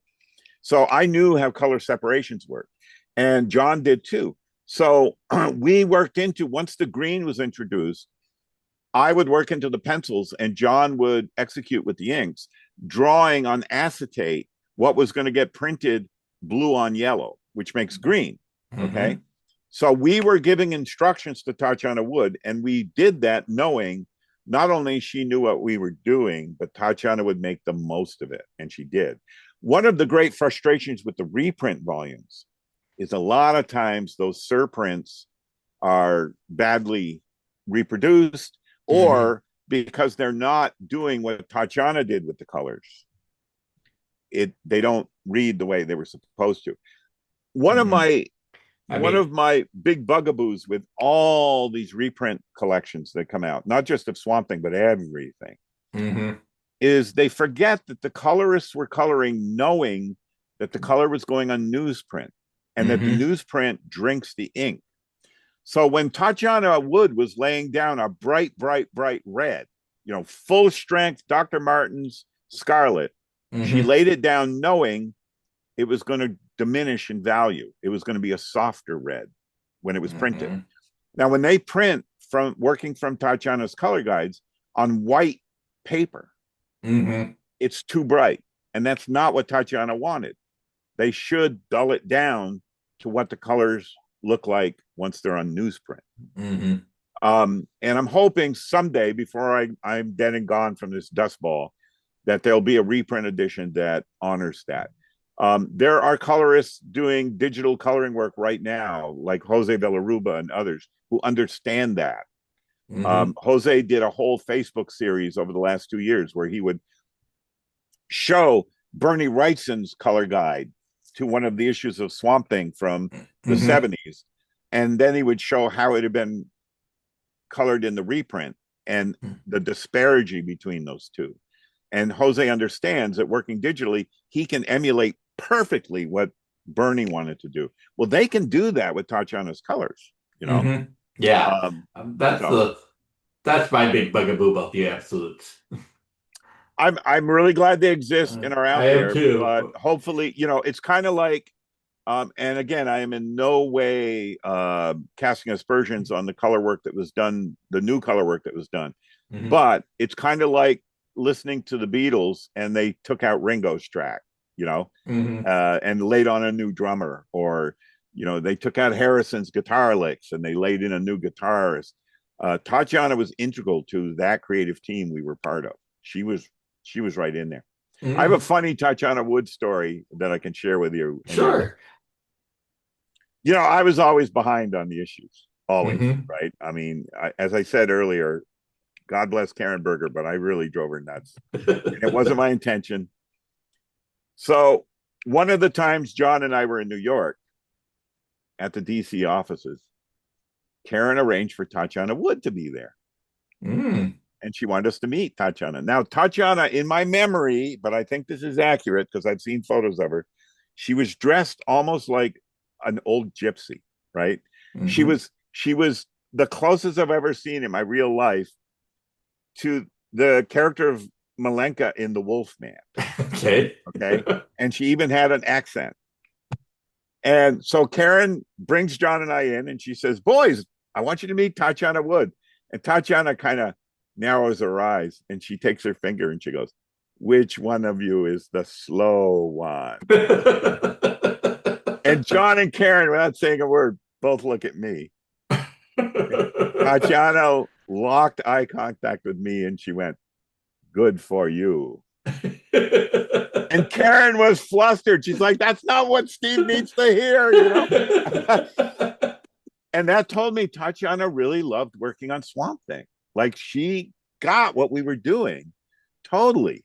Um, we were trying to do work for the ages, but it's hard when you're working on a monthly deadline, right? I mean, you Hmm. just got to poop that work out. And when you asked what was the most fun issue to draw, there's the fun of the drawing, but I can never remove the overlay of the pressure we were working under, and it Hmm. never let up. I mean, it was such a relief when John and I decided we're done, even though it took months and months, almost a year, to really finish what we were doing. Hmm. Just making that decision was like, oh, we're not going to be dealing with this grind every month. Working in monthly comics, it's one of the reasons I said earlier that I'm just blown away with a body of work like Tomb of Dracula. Like, Hmm. how did they make that happen every month without missing a beat? How did Kirby do it? Kirby was doing what, 4 or 5, 6 books a month? I mean, oh my God. And he wasn't just drawing them, he was writing and penciling. Yeah. Yeah. So Tatiana was amazing. And John Costanza was rock solid. Whenever I had any special lettering I wanted to do, it was okay with Karen and I presume John that I inked like sound effects, or I had that title lettering I caught from Giuliani westerns. Mhm. Some of the stories in Swamp Thing, and I used it on Tyrant, is the lettering that United Artists publicity department used on For a Few Dollars More and A Fistful of Dollars, the first two Clint Eastwood spaghetti westerns. I loved that jagged lettering, and Hmm. but more often than not, the titles I would just pencil in, and then John Costanza would ink. But John was amazing to work with. So Yeah, John was I mean the letterer and the colorist I kind of feel are the two creatives that don't get enough credit. I agree with you. There was, when we were at Kubert School, one of our teachers was Dick Giordano, and Hmm. this was first year at the Kubert School. So we're talking fall of '76 until spring of '77. Dick and Neil Adams, this is when Dick and Neil had continuity studios in New York. They were trying to spearhead an attempt to unionize cartoonists. And one of the wrenches in the works that you know unraveled the whole attempt is that right from the beginning there were artists who didn't want the letterers and colorists to be part of the union. Mm. And Dick would relate this to us during class or between class, because we were curious what's going on with the union, because we could see the downside of there not being a union, and we were reminded of it constantly by the real life freelance experiences that we were seeing our instructors go through. You know, we had one instructor who will remain nameless. Actually, two of our instructors showed up to class once, separate times, months apart, where their eyes were red and puffy. They'd been crying on the train the whole way in to New Jersey because of what Mm. had just happened at the offices at DC. And we saw what happened to Joe. Joe is editing this whole new line of DC comics. We're seeing the artwork as it's coming in because Joe's proudly showing us Panzer by Robert Kanigher and Lee Elias, and this animal comic that Doug Wildey was drawing. The original art Hmm. was fantastic. And then when the DC implosion hit, the plug got pulled, and the only comic that came out was Ragman. Right, that was the only Hmm. one of the books that Joe had been editing, and we saw the impact on Joe. Like, this was a blow. And Hmm. so we saw the need for a union. Like, how do we protect ourselves in this business? And it wasn't going to happen because the Hmm. colorists and the letterers were being drummed out right from the get-go. And I remember conversations with classmates where we'd like open up comics and we'd go, this is shitty lettering and it ruins the whole comic, or this is crappy coloring and it ruins the whole story. This is a great art job, but it looks terrible. We Hmm. understood the importance of all the pieces of the puzzle that made up a mainstream collaborative comic book at that time. And, we've since seen with letterers like Todd Klein, Hmm. and, you and I were talking about Tatiana Wood. I won't bring other colorists in, but we could both name other colorists where, they're artists. They're absolutely integral to the work Hmm. being what it is. And we've never had that union attempt work out. It Hmm. may just be one of those fields where it's never going to take. Probably not, Yeah. but it's a shame. But But again, we were very fortunate that, the chemistry we all had on Swamp Thing was luck of the draw. Part of that luck of the draw is that the core team already included Costanza and Tatiana Wood, and that John Tollivan and I stepped into that with the 16th issue of the series, and then had Mhm. the incredible good fortune of the new writer that was brought on being Alan Moore. I mean, Yeah, we you can't make that happen again in your lifetime. I've that tried. is not going to happen again, I don't think. No, I can't. no, I mean, you're at the right time too when comics were opening up and comics were growing exactly. up in the 80s. And I think we need something beyond the direct market. Oh, well, we already have something beyond the direct. People bemoan the state of comics today, but Yeah. the best comics of my life are being published right now. The best graphic novels ever imagined are being published right now, but they're not being published by DC or Marvel or No. Archie or Dark Horse or IDW. They're being published by Scholastic. They're being published by Abrams. They're being published in crowdfunding. I Hmm. just got to do a podcast a month or so ago, and the work that's being done on these new Dracula graphic novels um, Yeah. by Matt and Mike and Kelly. I Kelly. mean, it's Yeah. just great work, and they don't have a publisher; they're crowdfunding it. So we're in an era now, and these windows of opportunity only open up for so long, but we're in a Hmm. sweet spot right now. But that's going to make it really insane for historians down the road, right? I mean, right now, Robert, if you and I hear of the greatest graphic novel that was crowdfunded 5 years ago, how are we ever going to get our hands on a copy? We can't, right? Most of these crowdfunding projects, the print run is only Print to to order. exactly, Yeah. exactly. So, a lot of this best work that's coming out right now, from the self published work that's being done on risographs in people's Hmm. apartments and using photocopy technology to these crowdfunding projects, are invisible to anyone looking at the mainstream. The Yeah. mainstream is the ghetto right now. Marvel and DC, they're the ghetto. Hmm. When I was publishing Tyrant, I was outselling Hellblazer. Can you believe Wow. it? Can you believe it? That's hard to believe. Because And as Hellblazer soon was a popular book. it was a popular book, but I was selling cumulatively over 30,000 copies on Tyrant Mm. #1 because I was able to reprint it as I put out each issue of Tyrant. And I got my royalty reports on Hellblazer. I saw the sales figures at that time. And as soon as Capital imploded and the whole direct market Hmm. imploded down to Diamond, that was all gone. That window was shut. Hmm. Um, Yeah. I so mean, somebody has to figure a way to put comics out there where people can see them. That's these that's things, the issue. these we're going through a major upheaval right now, but some things are changing. Yeah. So I I'm mean, optimistic. I was on vacation up visiting my grandmother when I found the non-comic code authority number 29 And you just in stumbled northern on it, right? Wisconsin. I just went to the grocery store. There it was. Wow. Yeah, it wasn't supposed to be in the grocery store. It was. Yeah, it was. It was. Yeah, people forget that at that time the retailers didn't care about the code anymore. No, they, I'm in mid Vermont now, but I was living in southern Vermont at that time. We were doing Swamp Thing. I could buy Captain Canuck in the local pharmacy, a Canadian comic published in Quebec, no mhm. comic code seal of approval because it was a Canadian comic. I bought every issue of Captain Canuck off of a newsstand in a little Parmalee Howe pharmacy in Wilmington, Vermont. By the 80s, the code was no longer determining what could or couldn't be in distribution venues. So, Really, it was restricting content at that point. yeah, and it was this old dinosaur.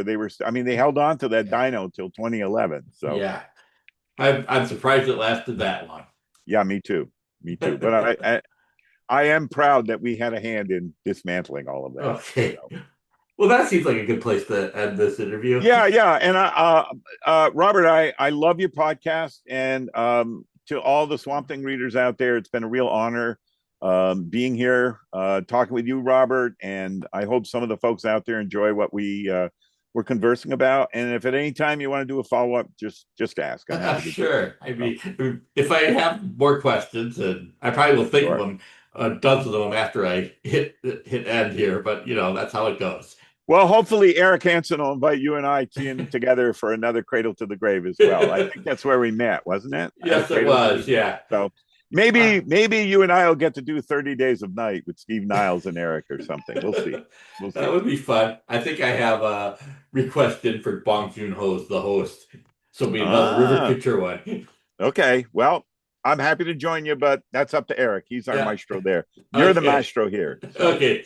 Well, thank you very much. It's very generous of your time, and I think it was a very good, and candid, and informative conversation here. So, great spending time with you, Robert. You take care and stay cool. It's a hot summer. yes, it is. Okay. Okay. You too. Take care. Bye Goodbye. bye.